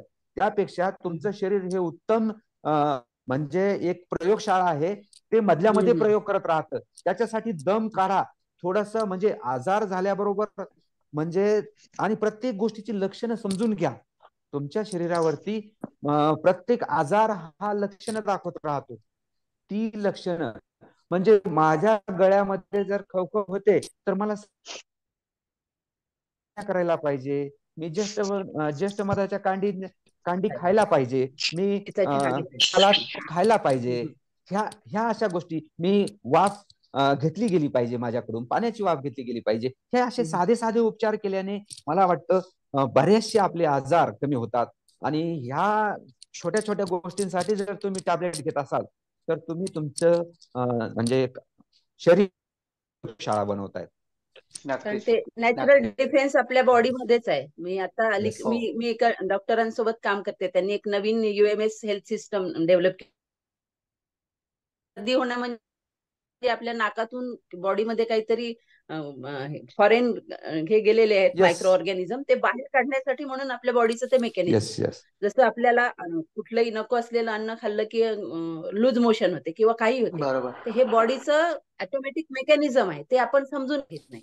तर त्यासाठी नक्कीच, हे साधे साधे उपाय, ठीक आहे तुम्हाला गोळी घेण्यापेक्षा हा उपाय करा. येस. या औषधीचा काढा घ्या किंवा हे. आणि आणखी एक होतं की मी एका बरेचसे लोकांना तर आपल्या कडुनिंबाचा पाला कोळा तोडला की खातात. कुठेही दिसलं की. तर डायटिशियन आहेत इथे, म्हणजे त्या डायटिशियन प्रसिद्ध याच्यासाठी आहेत की आपले खेळाडू आहेत ना, कोणते ते, ज्यांचे सासूबाई आमच्या नागपुरातले आहेत, तर त्या डायटिशियन आहेत, तर त्या म्हणाले की असं कुठलंही कच्चं घेऊन खायचं नाही, तिथे ते पण आपल्या बॉडीला सूट होत नाही, त्याचे ऍडव्हर्स इफेक्ट आपल्या बॉडीवर होतात. तर हे खरं आहे का? नक्कीच त्याचं स्पष्टीकरण सांगावं सर. सर. यस. हा ते मी हा हा मॅडम. तर ज्या पद्धतीने आपण सांगितलेलं आहे की नक्कीच हे वेगवेगळे जे बाकीचे पदार्थ आहेत ऍडव्हर्स इफेक्ट करतात. जसं मी पहिल्यांदाच तुम्हाला सांगितलं की आज जरी तापेची गोळी घेतली, त्या तापेची गोळी आपल्या शरीराला त्याच्यातलं पॅरासिटामॉल किती गरजेचं आहे, बरोबर आहे. मग आपल्याला त्याच्यातलं समजा 5% 10% गरजेचं पॅरासिटामॉल होतं, बाकीचं 90% पॅरासिटामॉल आपल्या बॉडीवरती ऍडव्हर्स इफेक्ट निर्माण करतो. करणारच आहे. मग प्रत्येक औषधामध्ये कुठले ना कुठले कारण हे पाश्चिमात्याकडून आलेलं आहे, याच्यामध्ये केमिकल आहे. आणि दुसरी गोष्ट, आयुर्वेदाचं औषध घेणे आणि पाश्चिमात्य औषध घेणे याच्यामध्ये बेसिक फरक काय आहे. आपण आयुर्वेदाचं औषध घेतो ना, तेव्हा त्या औषधाबरोबर त्याच्यामध्ये 10 ग्राम सत्व आणि 90 ग्राम हा सबस्टन्स असतो. तो सबस्टन्स काय करतो, तुमच्या बॉडीला ऍब्झॉर्प्शन साठी, तुमच्या बॉडीला अक्युम्युलेशन साठी, तुमच्या बॉडीला बाकीच्या गोष्टी डिफेन्स करण्यासाठी. म्हणजे चरकाचार्यांनी जी सांगितलेली व्याख्या आहे की औषध म्हणजे फक्त रोग दुरुस्त नाही केला पाहिजे, त्यानं आरोग्य निर्माण करून दिलं पाहिजे. तर हे कोण करतं, तर हे आयुर्वेद करतं. म्हणून आपल्याला याला फॉलो केलं पाहिजे असं मी म्हणेन. थँक्यू सर, फार छान माहिती सांगितली. मी जरा सॉरी, सुरुवातीचा माझा थोडा भाग गेला, त्याच्यामुळे मला ते सुरुवातीचं याच्यामध्ये बघून गेली. Thank you sir, thank you very. Okay sir, chatbox मध्ये एकाने, विनायक म्हणून त्यांनी असं विचारलंय की ही सर्व वनौषधी कुठे मिळतील? हॅलो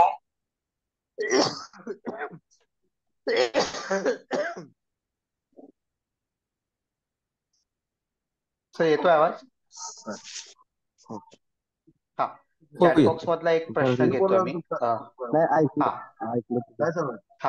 वनौषधी बद्दल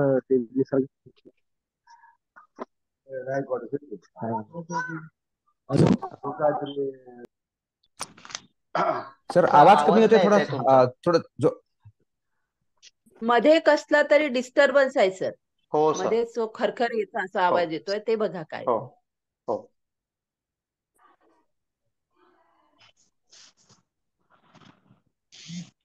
ठीक आहे. पुढचा कोणाला प्रश्न विचारायचा आहे?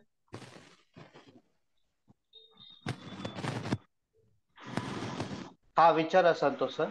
संतोष सुराडकर सर, विचारा. नमस्कार सर. नमस्कार सर, माझा प्रश्न असा होता की कल्टिवेटेड जे प्लांट्स असतात औषधी, त्यांच्या ते पण तेवढेच गुणकारी असतात का? संतोष सर, अतिशय चांगला असा प्रश्न विचारलेला आहे तुम्ही. आणि मला वाटतं कल्टिवेशन संदर्भात सरांनी एक अगोदरच्या सरांना कल्टिवेशन करायचं आहे तेही सांगेल मी, आणि तुमच्या प्रश्नाच्या अनुषंगानेही सांगेल की सर कसं असतं माहितीये का, साधी गोष्ट आहे. आता एक थोडस चुकीचं होईल उदाहरण देणं या ठिकाणी, पण मी काही हरकत नाही द्यायला, की आपल्या खेडेगावामध्ये आपण कोंबड्या पाळतो, त्या सहज घरात पाळतो, बरोबर आहे, आणि कुक्कुट पालन मध्ये कोंबड्या पाळतात. आता ह्या दोघांचा तुम्ही आस्वाद घेतला असेल तर तो दोघेही कोंबड्याच आहेत. त्या दोघांमध्ये काय फरक आहे तुम्हाला माहिती आहे, बरोबर आहे. तसं साधारण ह्या आपल्या औषधी वनस्पतीच्या कल्टिवेशन मध्ये होईल. त्याचा उदाहरण म्हणून मी असं सांगेल की वडवळ नागनाथ हे चाकूर जवळ एक बेट आहे, ज्याचं नाव आहे संजीवनी बेट. या संजीवनी बेटामध्ये ऋषी मुनी तेव्हाच्या काळामध्ये औषधं तयार करायची, कारण हे संजीवनी बेटावरची माती, ह्या बेटावरचे असणारे दगड, यांच्यामध्ये जे मिनरल्स आहेत, यांच्यामध्ये जे त्या ठिकाणी त्या वातावरणामध्ये, आता ह्या बेटामध्ये उत्तरा नक्षत्रामध्ये तुम्ही जर 15 दिवस जासाल तर त्या ठिकाणी बकऱ्या तरल्यासारखे लोक औषधी खातात, त्या ठिकाणचा झाडपाला खातात.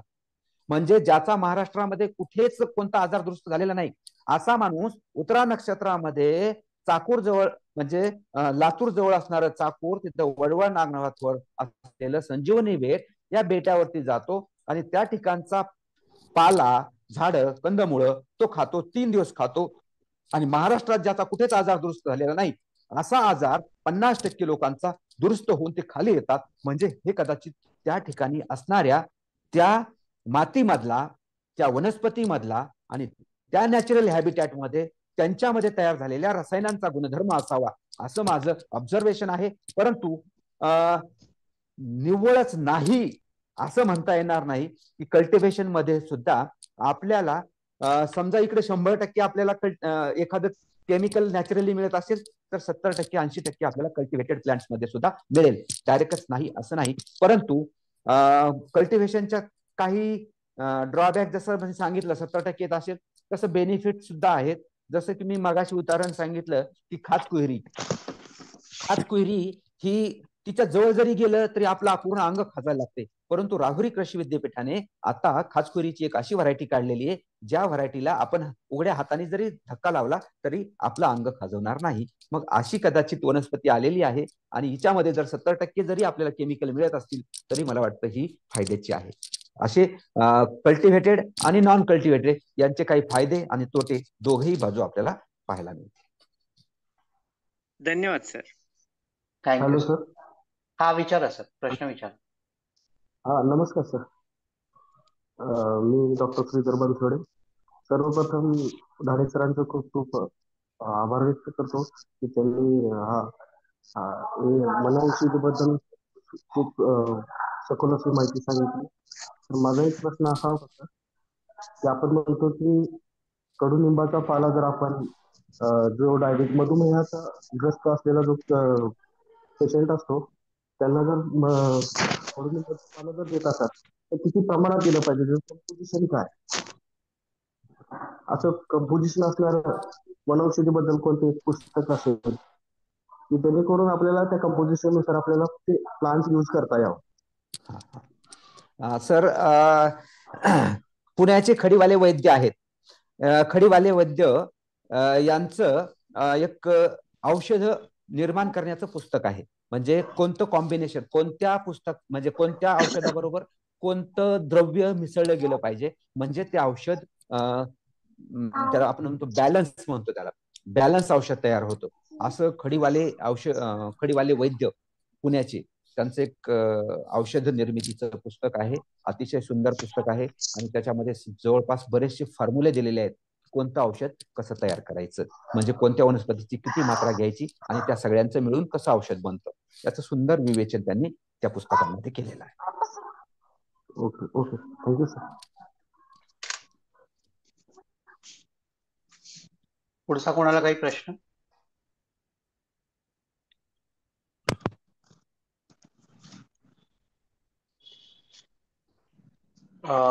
काही प्रश्न असतील तर आणि आपण सर तिथे मी माझा हा सर. हा व्हॉट्सअप बोला. नंबर आणि हो, जीमेल हो. Chat box. हा बोला सर. हा बोला सर. हा माझा व्हॉट्सअप नंबर. हा बोला सर. हॅलो, मला हा प्रश्न बोला सर. हा मला बोला. असा एक प्रश्न विचारायचा आहे की मी प्राध्यापक संजय पाटील सांगलीहून बोलतोय. हा बोला बोला सर सर. बोला. हॅलो, हा बोला सर, येतोय आवाज. माझा तर मला जरा शेतीविषयक वनस्पती औषधी किंवा कीटकनाशकांच्या संदर्भात जरा याबद्दल काय सांगता येईल का आपल्याला? हो सर, नक्कीच सांगता येईल. परंतु तो जरी आजचा विषय नसला तरी आपल्या वन औषधींच्या साह्याने कीटक नियोजन किंवा कीड नियोजन याच्यावरती भरपूर प्रयोग झालेले आहेत आणि तसा आमचा एक रिसर्च पेपर सुद्धा पब्लिश झालेला आहे. Pest control from natural pest control म्हणून तुम्ही सर्च करू शकता. तो आम्ही खानदेशावरती केलेला आहे. जे बरेच 30-40 वनस्पती वापरून वेगवेगळ्या पेस्टला कंट्रोल केलेला आहे. त्याच्यानंतर कल्टिव्हेशनच्या बाबतीत म्हणाल तर मी मगाशी सांगितल्या पद्धतीनं कल्टिव्हेशन हा भावनिकतेचा विषय नाहीये. तुमचं एखाद्याशी टायअप झाल्यानंतर एकाच वनस्पतीचं कल्टिव्हेशन करा जेणेकरून त्याचे अधिक उत्पादन तुम्हाला घेता येईल आणि ते त्या कंपनीला तुम्ही पुरवू शकता. रसशाळा असेल औषध निर्माण करणारी, किंवा झंडू फार्मास्युटिकल कंपनी असेल, अशा एखाद्या कंपनीशी, चांगल्या कंपनीशी तुम्ही कॉन्टॅक्ट करा आणि त्यांना विचारा की तुम्हाला लागणारी एखादी वनस्पती आम्ही पुरवली तर किती प्रमाणात तुम्हाला वर्षाला पाहिजे, आणि त्या अनुषंगाने तुम्ही त्या वनस्पतीची लागवड करा तुमच्या शेतामध्ये आणि त्यांना पाहिजे पाच वनस्पती उपलब्ध करून द्या. नाहीतर काय होतं, आपलं थोडंसं ज्ञान अधुरं असतं आणि त्या फॉर एक्झाम्पल जेव्हा आपल्याला एखाद्या वनस्पतीचा पाला त्यांना सप्लाय करायचा आहे, बरोबर, तर पाला केव्हा हार्वेस्ट करायचा याचंही तंत्रज्ञान आहे. म्हणजे जेव्हा त्या वनस्पतीला फुलं हे बर्ड कंडिशन मध्ये, म्हणजे नुकतीच फुलं यायला लागलेली असतात, तेव्हा त्या वनस्पतीच्या पाल्यामध्ये संपूर्ण सत्व आणि अशा वेळेला हार्वेस्टिंग केलेला पाला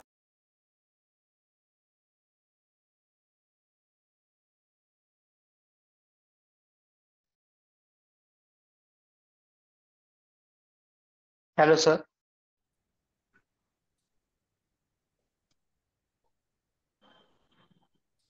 हा, माझा व्हॉट्सअप नंबर मी दिलेला आहे आणि जीमेल आयडी सुद्धा दिलेला आहे. कोणाला काही शंका असेल तर तुम्ही तिकडे टेक्स्ट मेसेज करू शकता, किंवा जर तुम्हाला काही त्याच्याविषयीची पुस्तकं वगैरे पाहिजे असतील तर तुम्हाला ती माहिती सुद्धा मेलला करू. सर, तर माझा आवाज येतोय तुम्हाला? हो, येतोय.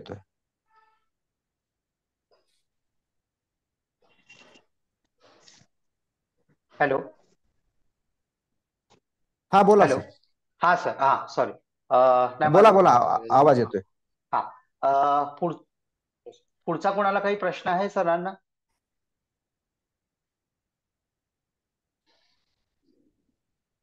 ठीक आहे सर, काही प्रश्न असतील तर आपण इथे थांबलो तर चालेल का? हा, तुमचा आवाज अजिबात येत नाही. आवाज येत नाहीये सर. आता येतोय सर?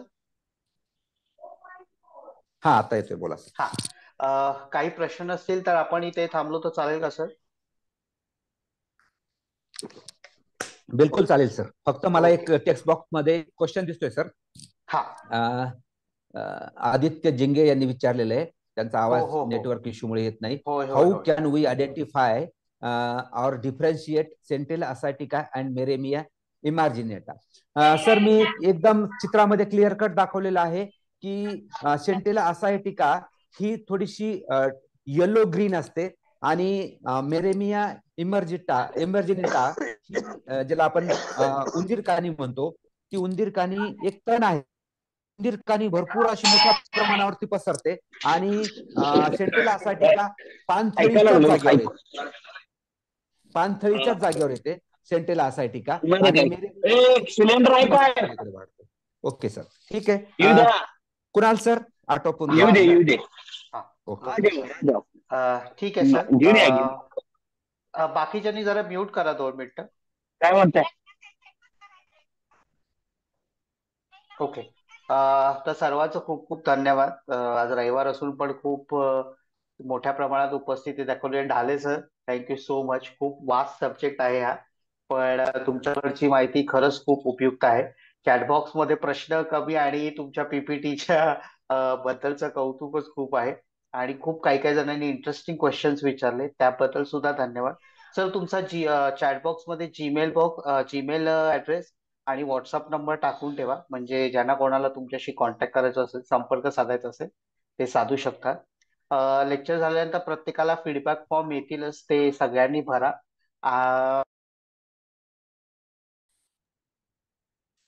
हॅलो.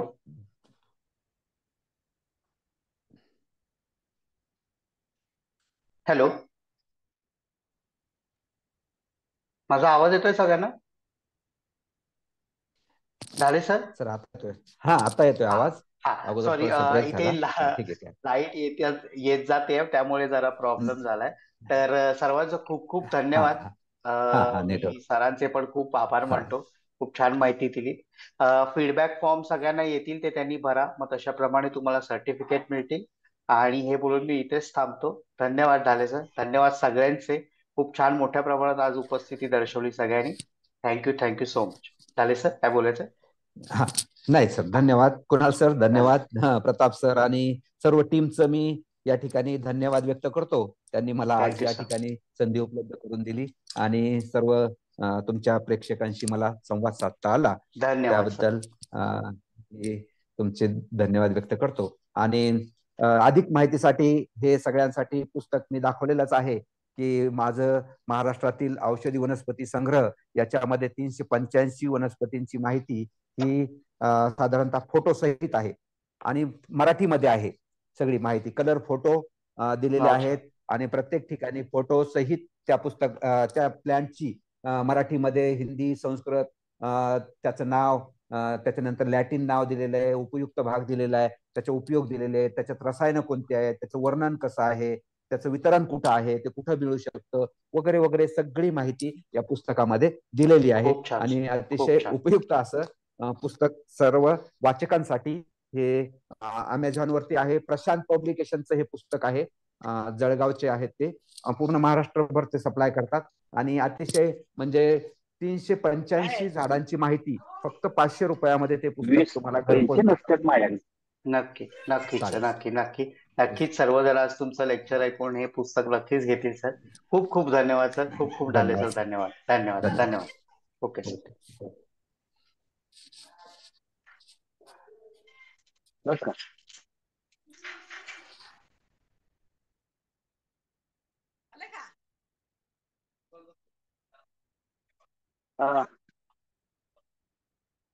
उद्या सुट्टी आहे